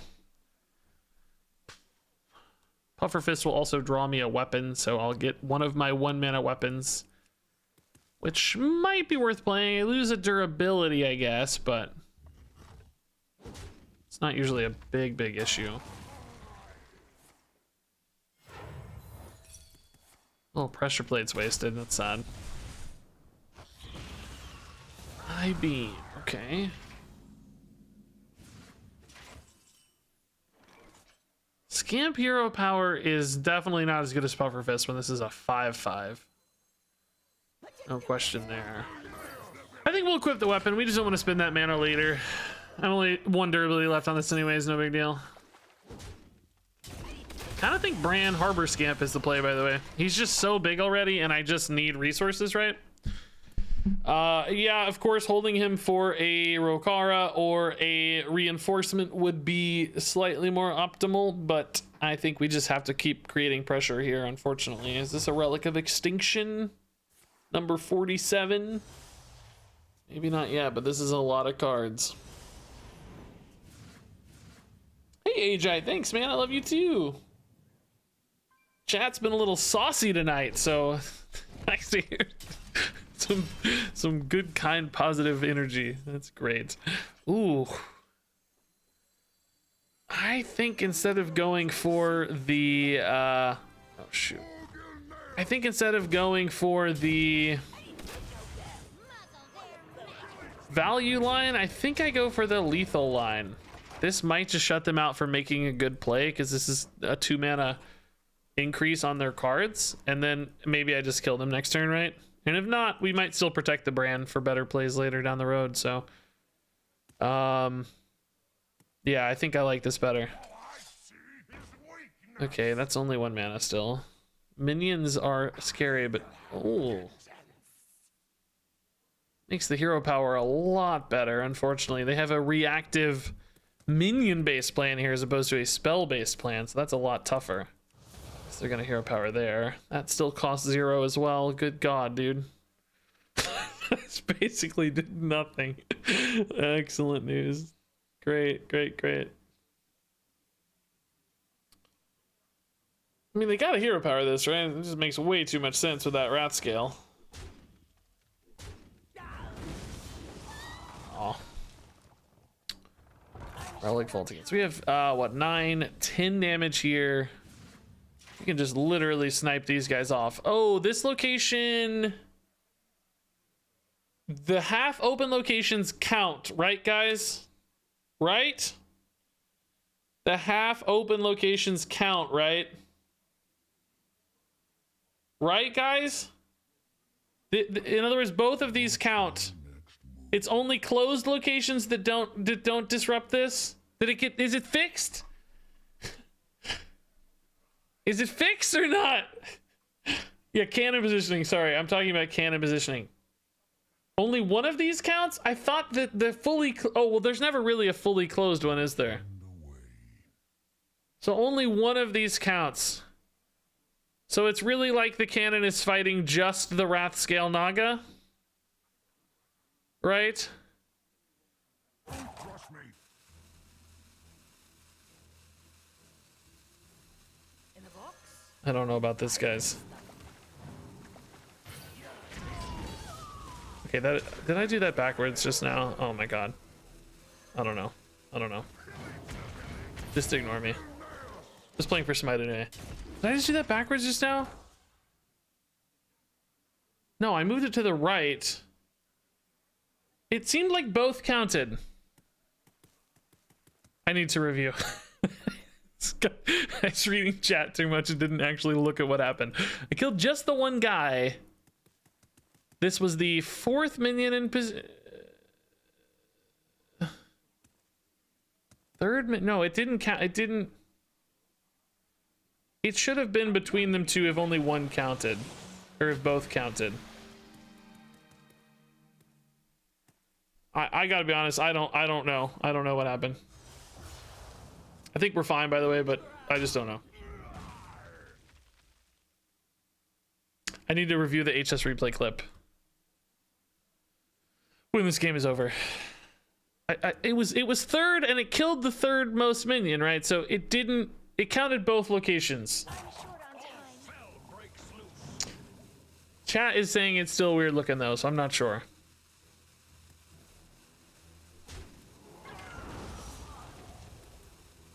Chat's saying it was 4th. Whatever. We looks like we win anyway, but.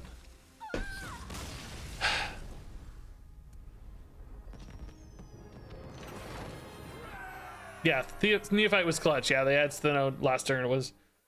I thought it was 4th and killed the 3rd minion. Okay. Let's review. So there's 2 locations here it's not showing. I played a scamp to the left. So it's 4th. And I shouldn't have played the scamp to the left, by the way. Why did I play it to the left? So there were 2. So this was actually 4th. Oh, but it was really 3rd. It was here. It was here. I should have played this to the right, and then it would have sniped both. I don't know why I played it to the left. I wanted it to be. If it were 3rd and there were 3, it would have killed both. Should have played this to the right. So it did ignore one of the locations. Yeah, it shot the satyr. Oh, it shot the satyr. Yeah, how did it shoot the satyr?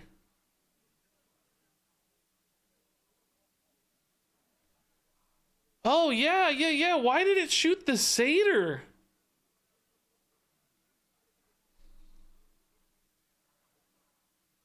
Oh, maybe the quest shot the satyr?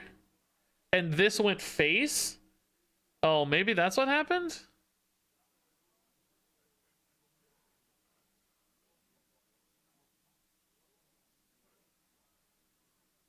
No, it shows it taking 1 and then 2. Well, there's no way it shoots the satyr.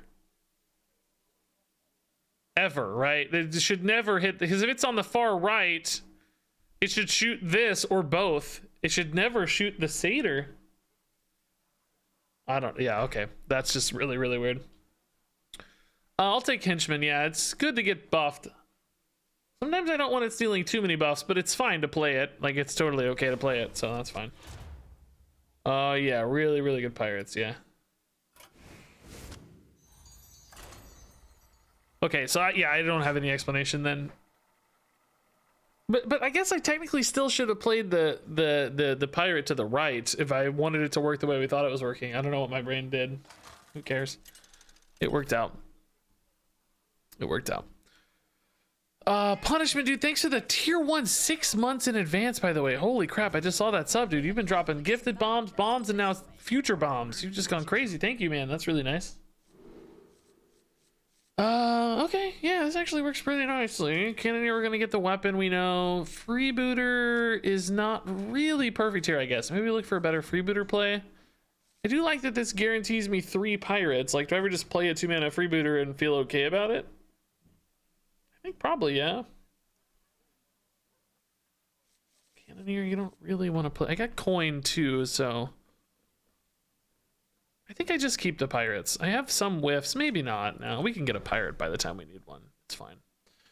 Do I coin deckhand on 1, I think is the question. Oh, of course I get the most expensive card in my deck. Great.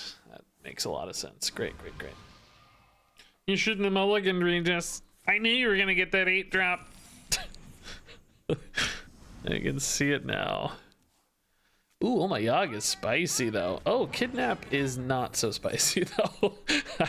Hey, take more armor, buddy. That's fine. This might be a game we can actually play pretty long though. This might be one that goes a little later, which could be nice. Oh, I gotta turn off my Arcanium advertising thing. I don't really mind, but An amusing mistake. okay. It's a good buff here, not a good buff here. This is why we don't want the expensive card in hand early, right? Wish I'd kept the 2/2. You know, if this had been any other 2/2, we'd be way happier. If this were any other cheap pirate, we'd be way happier, but sadly it's not. The game doesn't like me.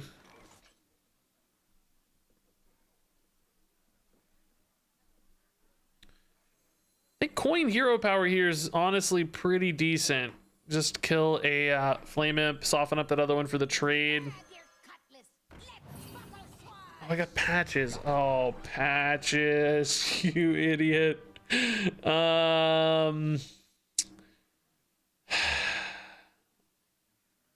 Never mind. Scratch that, I guess. Patches is a total idiot. I forgot about patches, man. You suck, patches.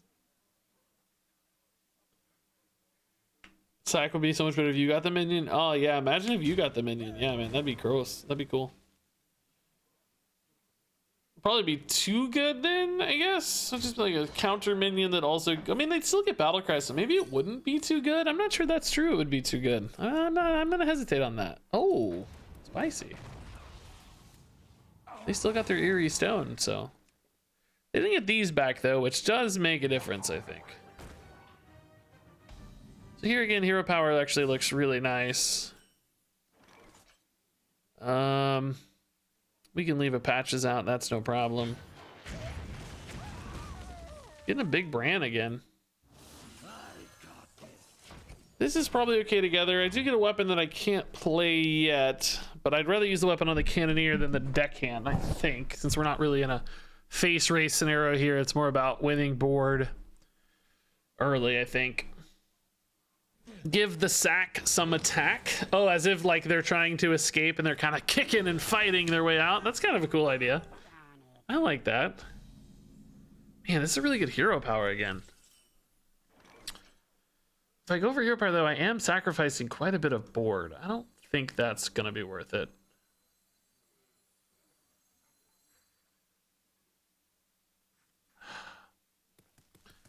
I just don't have anything to do with the hero power except play a deckhand. Is that worth playing? Maybe it's fine, yeah. Maybe it's fine to play a deckhand, actually. It's okay.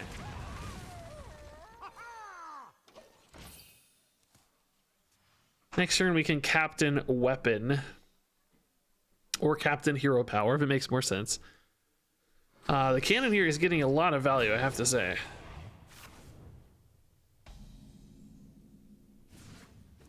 Cannoneer weapon is another possibility too. How does the math on that look?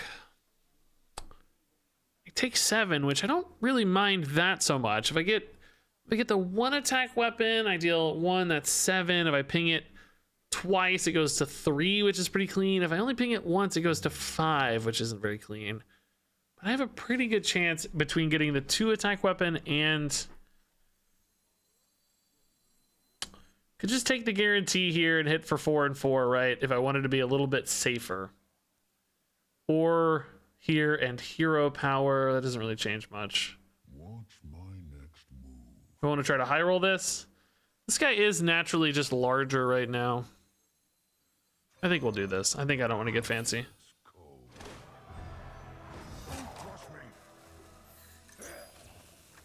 Hero power. Oh, I forgot the weapon 0. Oh, that's amazing. Yeah, that's really good. Nice. Okay, so 2 big weapon activators in hand right now with Cannoneer Puffer Fist. This could be a monster swing turn, depending on the shape of the board and stuff. This is pretty good reload. I think I could play these together. I don't have any mechs, but even just 2 pirates is not bad, and they're both nicely buffed, so. Oh, Exerciser's really clean there. Wow, that's nice. Also good against both of these.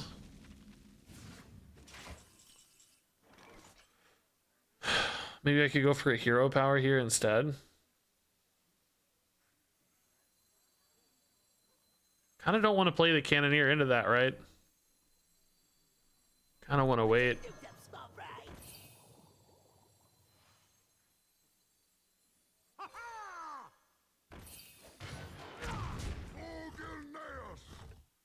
This I can throw away. The silence doesn't matter as much, and I think they'll still want to hit it. This, the silence actually matters quite a bit, so could maybe greed it a hair more. So they're still at 32 is the big problem here. Like, we haven't really gotten anywhere yet. We're still kind of chipping them down. I think, you know, I want to start advancing my quest line as much as possible.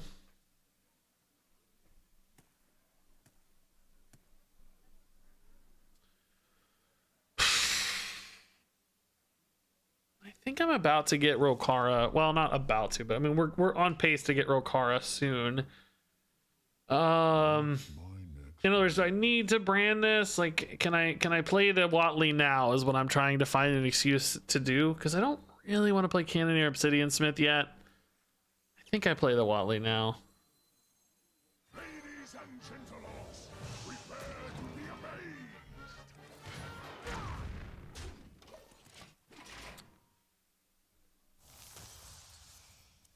Soul Fragment healing, something to keep in mind, but not a ton in their deck right now.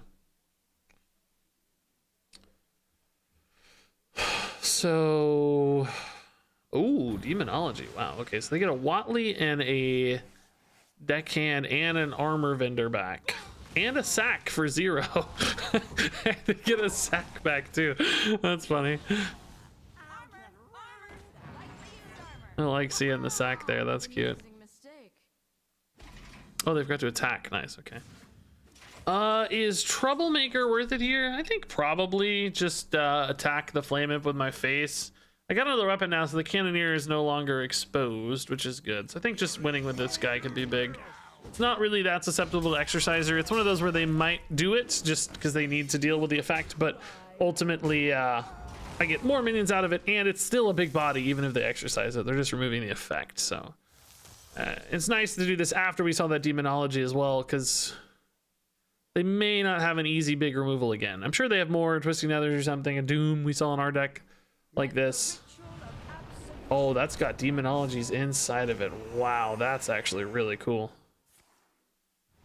That's really cool, because now they can just make well, not infinite copies, because I guess the next one has Drain Souls inside of it. Man, that's so cool though. That's gonna be hard to come back from. Dude, I never noticed the art on those. Those are really cool looking. Oh, but they don't get the cards. Oh, never mind. The Demonology's off the minions. They don't get the cards. Okay, that's actually really good news then. Never mind. That's really not that scary. Actually, not even that many resources in the scheme of things. So, what do I brand here, guys? I got like brand Zola for 6 mana. I could just like freebooter. Brand freebooter, Zola freebooter. Is that good? I mean, Cannon guy? This guy you think is better? I mean, Zola Brand is cool too, but I don't really have another use for the brands later, right? And they're not buffed.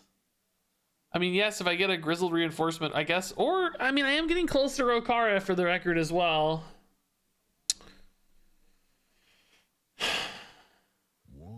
Yeah. Do I try to bait a silence first, or is it too late? I'm gonna wait a turn, guys.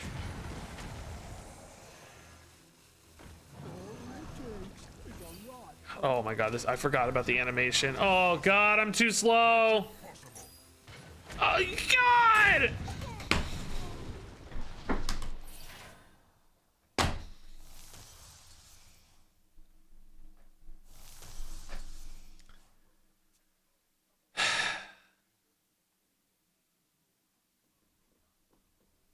I don't know what we dredged. I don't know. I also lost 2 damage, but I'm more worried about the dredge. I don't know. What do you guys think? Did we get wands? Okay, wand is good, I guess. It's a good card. A little worried about dying, but got a Tamsin back. There's their Watley finally. Surely that whiffs, right? Yeah. Obsidian Smith, sure.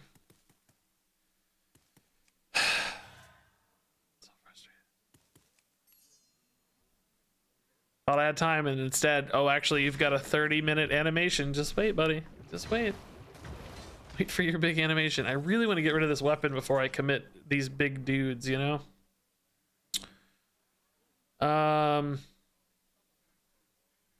Maybe the Cannoneer will be enough bait, and then I can do brand stuff later. I want to get this pirate now, though, so I think we'll just go Cannoneer, Zola, Cannoneer here. Get the Rokara in hand, and then surely Brand Rokara will be good enough, right? Do I still like this better, though, I wonder? No, I think it's okay. We're gonna need more gunpowder. It's okay for now.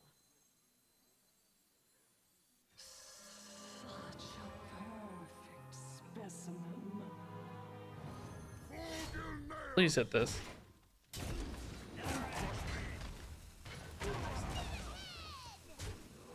All right, maybe I should have not hero powered here to get this the Rokara turn sooner, because now I gotta wait another turn on the Cannoneer. But trying to bait them out of this weapon at the very least. In the meantime, I don't know. They're just kind of running out of steam anyway. Okay, weapon's gone, so now I feel a little bit better. That helps a lot of stuff. I don't really like the way I've played this game though, all the same. All right.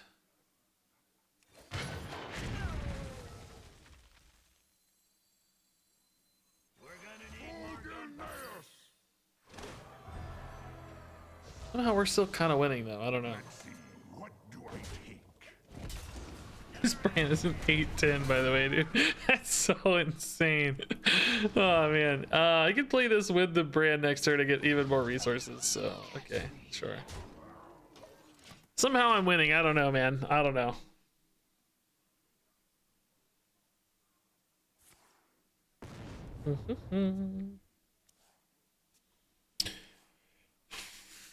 I need this stuff to die, man.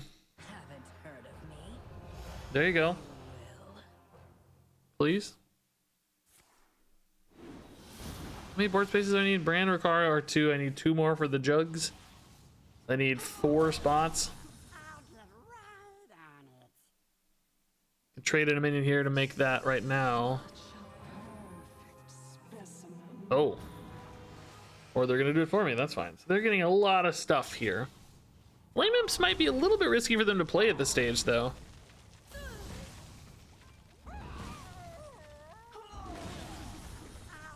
These visuals, dude, so weird.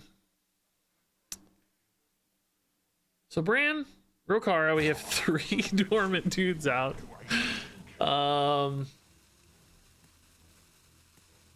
think I ever wand here. Like if they go for a big board here off all the stuff they've copied, do I wand? I don't know. This game is wacky, dude. I think we just trade in here. Maybe even hit the higher health target. I don't know. That's more dead to cannons, I guess. I'm not going to be playing a cannon this turn, but it's fine.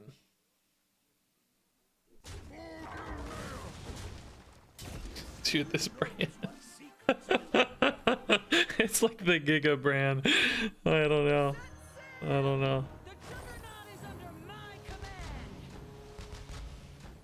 I think I want to play this while Bran is out, right? I don't think I want to hero power that 3-2. I don't think I'm so worried about a 3-2 that it demands a hero power. Because now I kind of have one to just like wipe a board and ride the cannons to victory, right? We theoretically have, you know, these are each dealing 4 per turn. This is beautiful, by the way. The Juggernaut, and Cannon. Wish this had a cool name, but it's still cool. Fellfire, okay, that hurts them a lot, actually. Still, I'm not too upset with that. Cargo Guard in hand for some life gain, but yeah, these each deal what, 4, and then this deals another 2 potentially. So we're talking about 10 damage just off of our dudes here.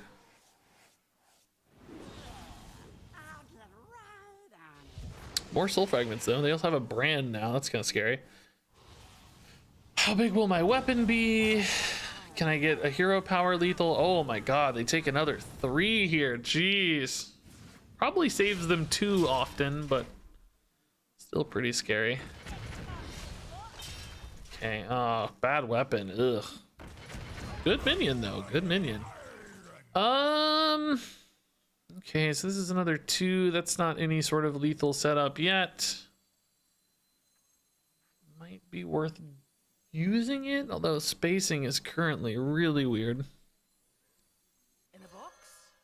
Pirate stuff. Nazoths, you suck, man.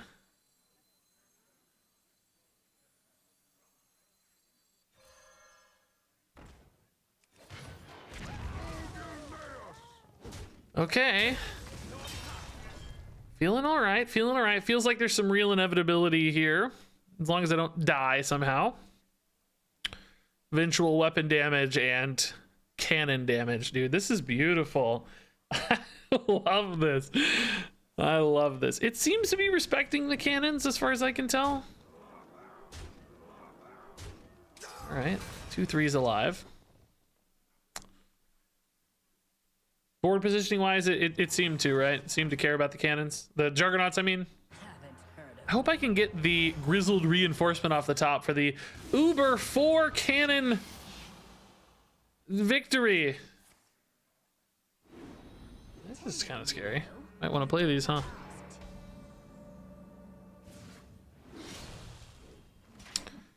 This weapon actually doesn't matter. It's the next one that matters. Ooh, that's a little bit better. Can I cannon my way through this successfully? Is wand, cannon, hero power here lethal? No, it's only 6. Man. I really don't have lethal. Oh no, wait, I have an attack. Oh, it is lethal. Okay, never mind. I have an attack. It is lethal. The cannons for lethal. Beautiful. We did it. We actually did the thing we wanted to do. Despite my best efforts otherwise, we actually achieved the goal. That was fun. We wanted one more maybe to make it really sing, but I'm pretty happy with that. That was cool. That was a hard deck to beat too. Hey Atlas 9K, what's up? No Sam, thanks for the no Sam, I just saw that. 1 9 12 10 and 1 for a 3.05 average. Wow, that's pretty good. I was aware of only 1 at the peaks. I thought maybe 2 would have been slightly better number, but ultimately that's a really good split. Wow.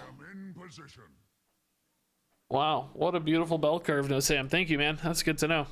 Yeah, I'm not going to make the mistake I made last time of getting rid of the freebooter. I think that really hurt us, that Troublemaker sitting in hand the whole time. Even if it's non-optimal from a mechanics standpoint, it's way more optimal from a Hagatha's standpoint, so I'm going to keep the 2-drop and just play it on turn 2. Recycling idols with relic cards? Oh, that's not good. G-Death on an early pirate could really help me advance quest lines. I'm probably not too upset about that.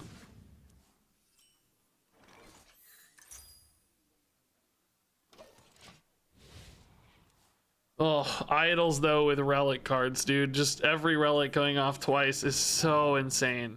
That just feels like an insta lose as far as I'm concerned. Idols doubles replays a spell. So like if they play a, you know, relic of dudes, they get another relic of dudes just right off the bat for free, basically.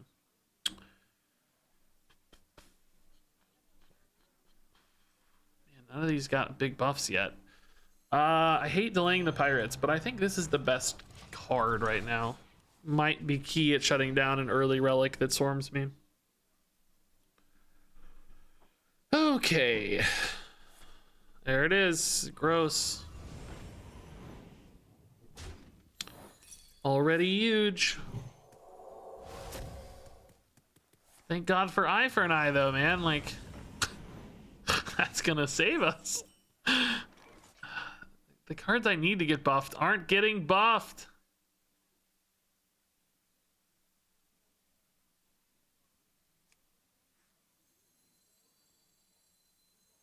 Grab your cutlass.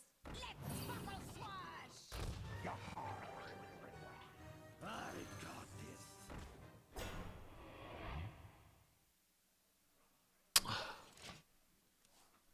Probably gonna double freebooter next turn. I've been wanting to play these freebooters out as minions. I don't really care that I'm losing the weapon effect. I mainly just wanted freebooters so that I could, you know, curve out a little better, basically. This guy's gonna start growing again at 0 mana. Yippee. Still keeping the watch post in action. Oh my god, this is so gross. Like, how do you beat this? Like, just have 17 of these. Hey, we finally hit a guy. Nice, thank you, man.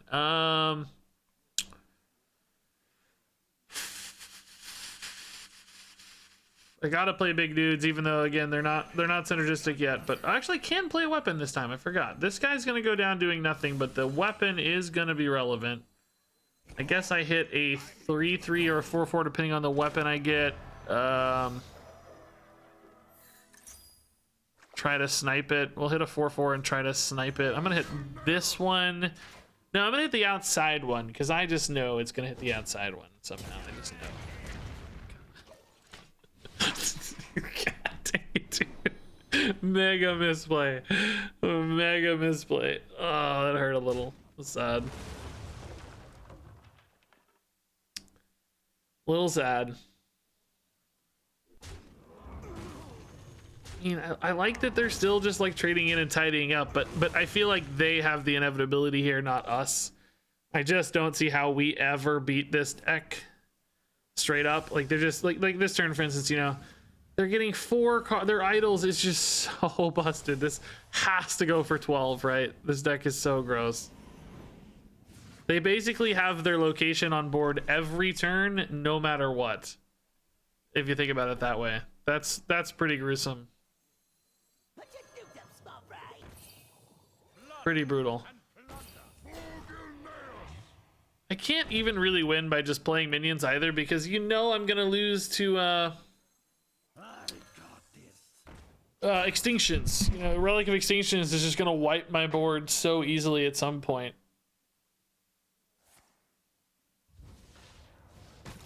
There you go. What did I say? We're actually kind of lucky it's what got discounted instead of something grosser. Oh, cool. They've already gotten to discount their things by 8 mana. Cool, cool, cool. Cool, cool, cool. Cool, cool, cool.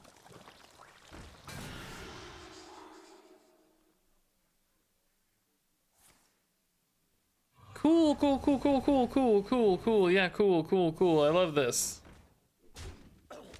This is very fun. Oh, cool. They just got 2 more free 10/10s. Cool. Cool, cool. I got a 4/4. Cool, cool, cool. Glory! I'm here for the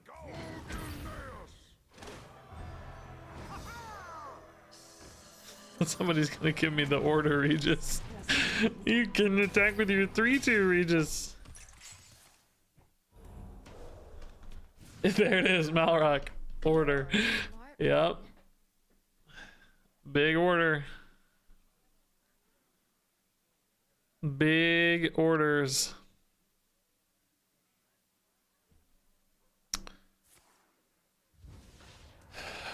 Okay, yeah, just show us even more how broken this is. 3 Relic of Extinctions, 4 Relic of Extinctions. Dude, these are up to 13 already, bro. This is actually insane. It's so stupidly consistent. And then Idol's just doubling all of it for free. Oh my god, that guy has to go for 12, right? That's gonna be so gross. I think Worshippers are pretty good for us. Yeah, we like the attack. I don't hate the idea of a supercharge like shoring up the board a little bit, but our boards are already pretty shored up, I would say. Yeah, I don't really want any of these. I think this is maybe the most useful. I don't really have activators for Barov though. This is the most aggressive, but I mean, honestly, this isn't that bad. Stoneborn Accuser, some damage, whatever. I think this run's about to gas out. I'm not too worried about it. I think we're kind of at the end of the rope for this deck. We're going to start playing too many Relic Demon Hunters and stuff.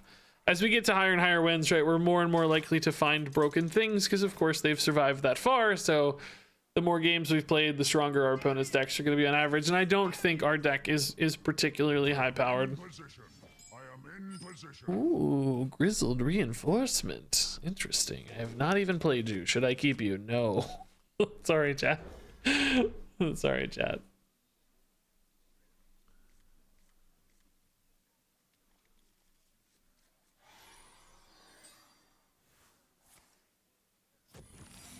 Tome? We're not getting any mage secrets, I feel like, man.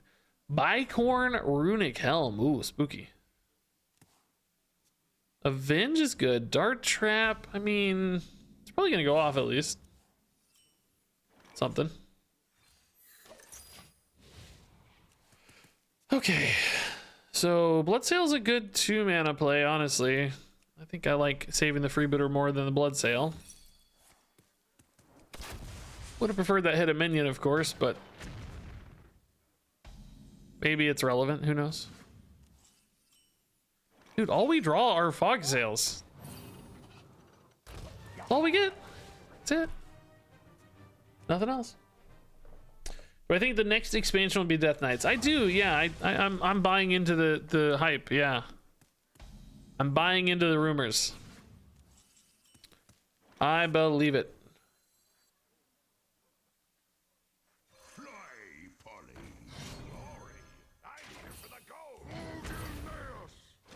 Do you? Saving your gold? Yeah. This guy's big. I need to play him soon. Yeah, maybe these two. They're the most scaled up, right? So yeah, probably next turn. Coin, maybe just overwhelm this with stats early as best we can. We got to worry about stupid 5-mana removal card though. Whatchamacallit? Doom Pact or whatever. So maybe I shouldn't play 2 big guys right now. Maybe I should hedge a little bit. Glory, I'm here for the gold. Maybe just go for the cargo guard. Kind of bait out 1 more removal. Positioning here, I don't actually know. Maybe I should put this in the middle. Kind of doesn't matter though. The scythe doesn't kill it anyway as it is. Hero power might help tidy it up. I don't know. Do they have a spell even, I guess? Oh, well, that solves all the problems, sure. Death and Decays are quite good. Okay, patches aren't a big deal. Cutting class really nice, though. Man. Wow. Cutting class and Dread Cruiser out of nowhere to mega swing tempo there. That was brutal. Ugh. Hopefully this actually doesn't hit the 3/3 on the ping because I'm going to get the damage anyway. But maybe if it does, I can force the hero power.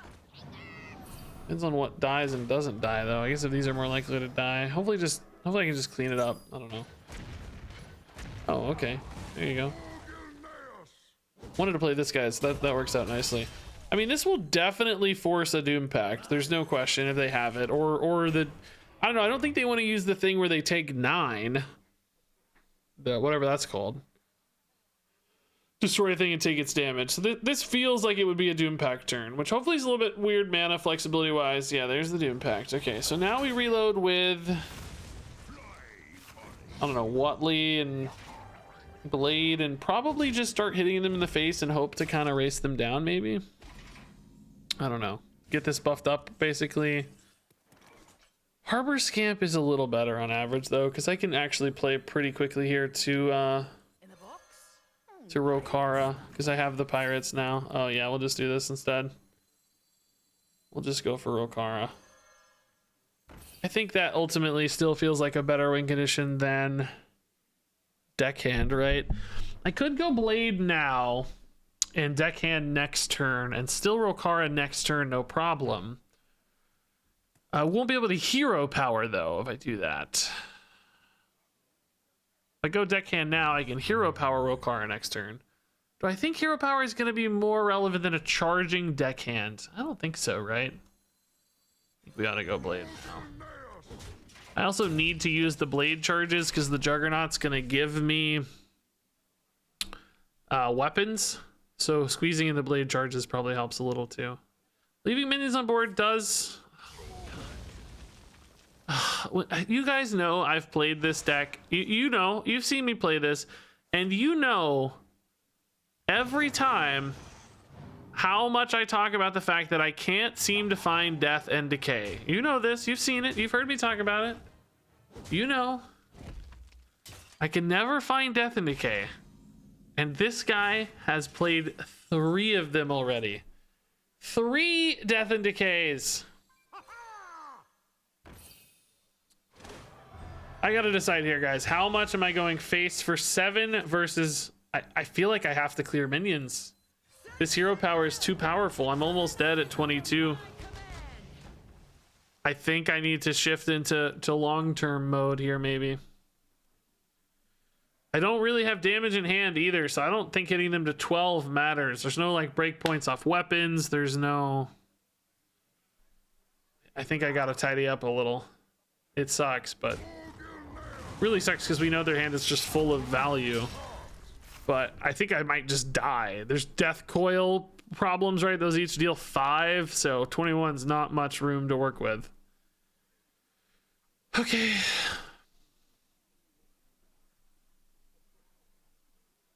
How do I live against death coils? How do I beat the next 3 death and decays?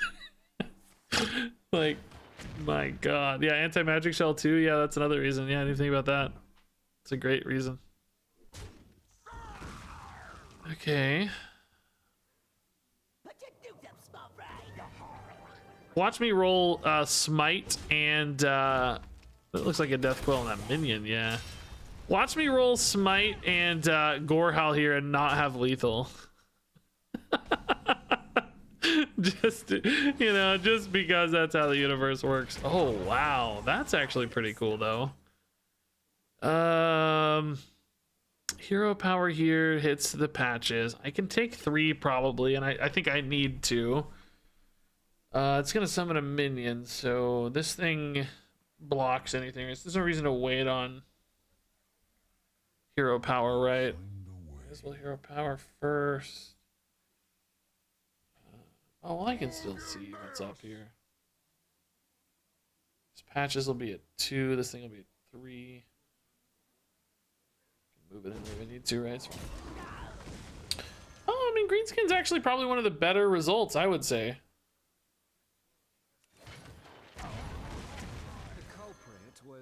Just because he's a pretty solid minion, right? Pretty big body. I mean, Troublemaker was, I guess, the absolute home run. Smite was really, really good too, but I guess I would have taken a Sword Eater too. Seems like protecting my face might be worth it. Oh, this guy, dude. I'm actually getting really, really annoyed by this. We're 9 turns in and he's gotten 4 death and decays, dude. In 9 turns. I feel like I've gone 3 games without seeing a death and decay before.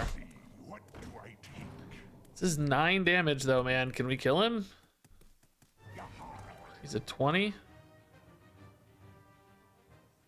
Give me a Gore Owl or something. Hit face a couple times. Not a Gore Owl, but pretty good. That's a little dead. Is Captain lethal? 6, 10, 14, 16, and he's at 18?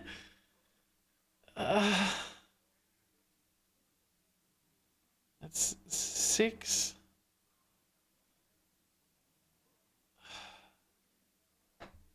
I'll find a way.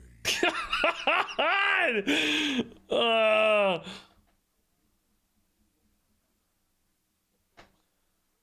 6, 10, 14, 16. Yeah, I'm 2 off. I can't play Watley to draw or I lose the captain, right? Watch my I mean, I can. I don't have to play the captain, but I mean, it won't be a lethal setup. But I think I'm not winning this turn, so I have to develop for next turn, basically, is the logic here. Oh, Sword Eater's pretty legit, actually. I got a trade here, I think, unfortunately, because I can't win this turn. I'm going to pass your power. I need the taunt, I think, maybe. It probably doesn't really matter much, but it might matter a little. I don't think losing 2 usually... I mean, it could cost me if they like Doom Pact and I don't have, you know, if I get like a, you know, whatever kind of follow up. Obviously it could, but I'm hedging a little bit of risk here. I'm hoping I still get there next turn many times. In the box? But we'll see. Pirate stuff. We'll see. These little patches are actually annoying because they're absorbing just enough like hits off the Juggernaut and stuff that it doesn't give me lethals sometimes. 11's a great breakpoint, by the way, because it survives 2 death coils. That could be huge. You have outplayed. Ah! Oh my god. Okay. Oh, god dang. Oh, crazy game. I don't know about that one. Oh, this is great though. We love it. Good pirates. Okay. Yeah, how many Frostborns did he have? Yeah. Dude, I was getting unreasonably frustrated about those guys. Those Death and Decays. Because that's always the card I want the most when we play that, and I never get it. And we'll go like 3 games without seeing one. That guy had 4. He basically half of his rolls were Death and Decays. It's crazy. Are you trying to stain my perfect Actually nuts. In position. Yeah, we need to find pirates, unfortunately, here. It's sad that we don't have any in our opener either, because we're at risk of hitting non-pirates here and having a very dead hand, as I was about to say. Regis alert, it's another broken Demon Hunter. He has 1,000,000 summon relics. Okay, great. Oh, is this the same guy we played earlier with idols? We're not getting the same guy again, are we?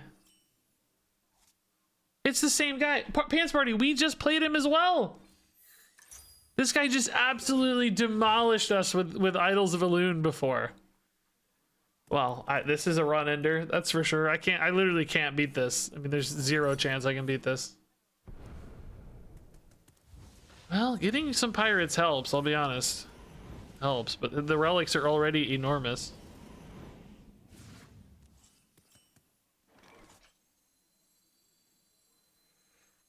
Might need to play a 3-mana pirate next turn. So I'm better off scamping now into a 3-mana pirate next turn. If I play Harbor Scamp next turn, I can't play a 3-mana pirate, right? So. Okay, oh my god. He's already gotten his relics up to 4 damage, dude. It's so gross. He can't coin here. He risks losing a relic activation. I don't know why you would coin anyway. I feel like you're a pretty good spot.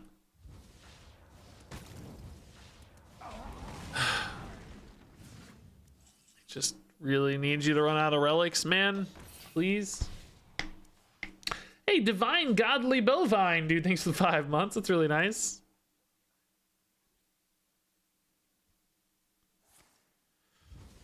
I'd rather him play these than the dudes.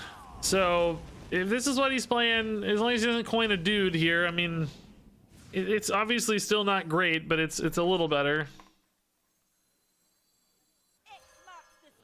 I'm gonna wait a turn on the Neophyte, or you know, try to time it well, but it's gonna be pretty hard, I'm sure.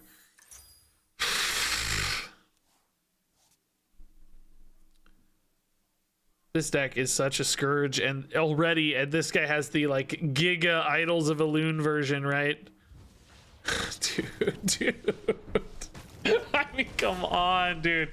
This is so stupid. I'm sorry. This is just so stupid.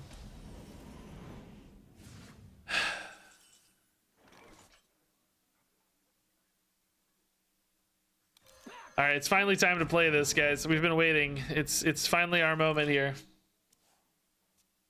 Yeah, no, I'm not unhappy with 6 wins. I mean, that's great. I think 6 wins is awesome for a fun little cannon deck we made. That's totally fine. This deck is just obviously a major problem for Duels, I would argue. Cool, dude. What a board. I can Zola a Grizzled Reinforcement and get a 3rd set of cannons, guys. Can't wait. I cannot wait. How much did that discount those by? I didn't even get to see. It doesn't show. I think the answer is enough. Regis. It discounted them by enough.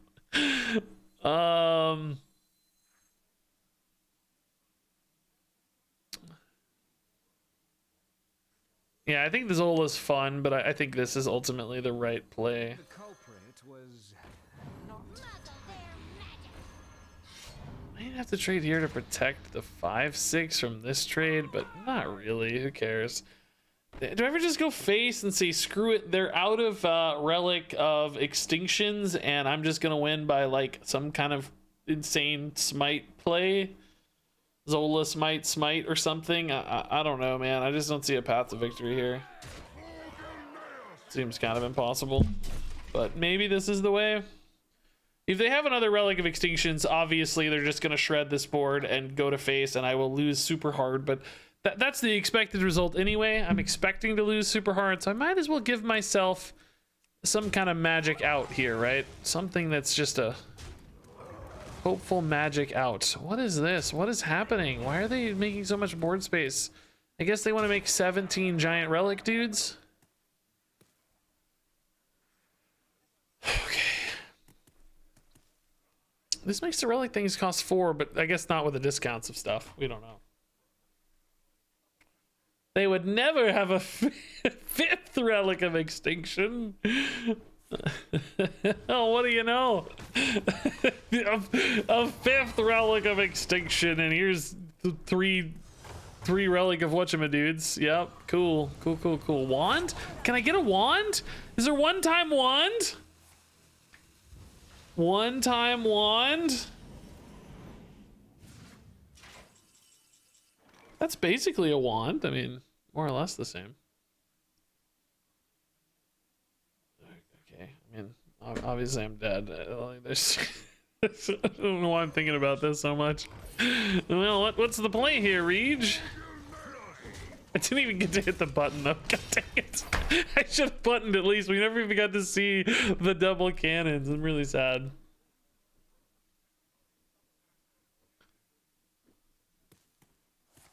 Maybe they'll let us play some more. Oh, chill.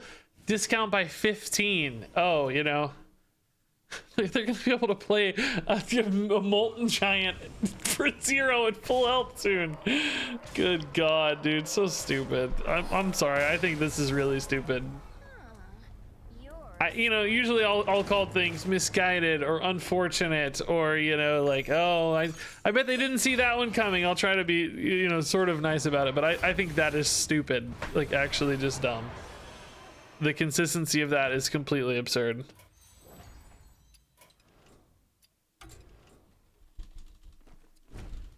GG, I'll try to remember. I actually meant like remind me on a future stream if you can. That would be better even. But I'll try to remember. It's a fun idea though. All right, guys, I gotta go. That was a good stream, actually. Pretty good run. I'm not gonna complain too much. We had a good run there. 6 wins with a crazy cannon deck was fun. So yeah, I'll see you all. I don't know about tomorrow. I may hold off until Tuesday because we got the patch coming on Tuesday for new stuff. Obviously, once patch hits Tuesday, we'll stream a ton. I'm gonna get lots of standard decks. We'll try to get some duels in soonish. Maybe not day 1. We'll see how it goes, but Want to make sure I get a lot of cool videos with all the new cards. So may take tomorrow off and just be back on Tuesday with cool new stuff. We'll see how I feel though.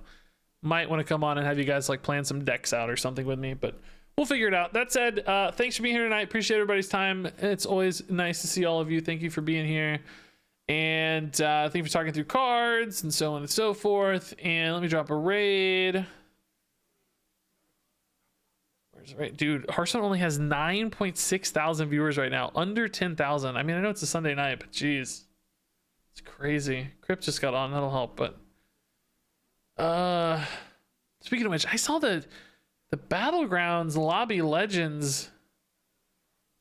It really surprised me how few people were watching it. I thought more people would be into it because I feel like Battlegrounds is pretty popular on Twitch, but it was not seemingly very popular. Oh, I got non-English streams up. Hold up. Whoopsie. I felt bad. I of course wanted to succeed. I don't know. Maybe my timing was off, or those numbers don't mean what I thought they meant. But I was shocked.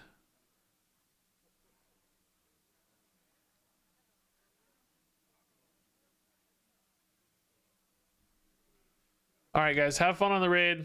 Love you all a ton. Thanks for being here. I didn't even get to read your messages about that, but thank you, love you, see you soon, and until next time, game on.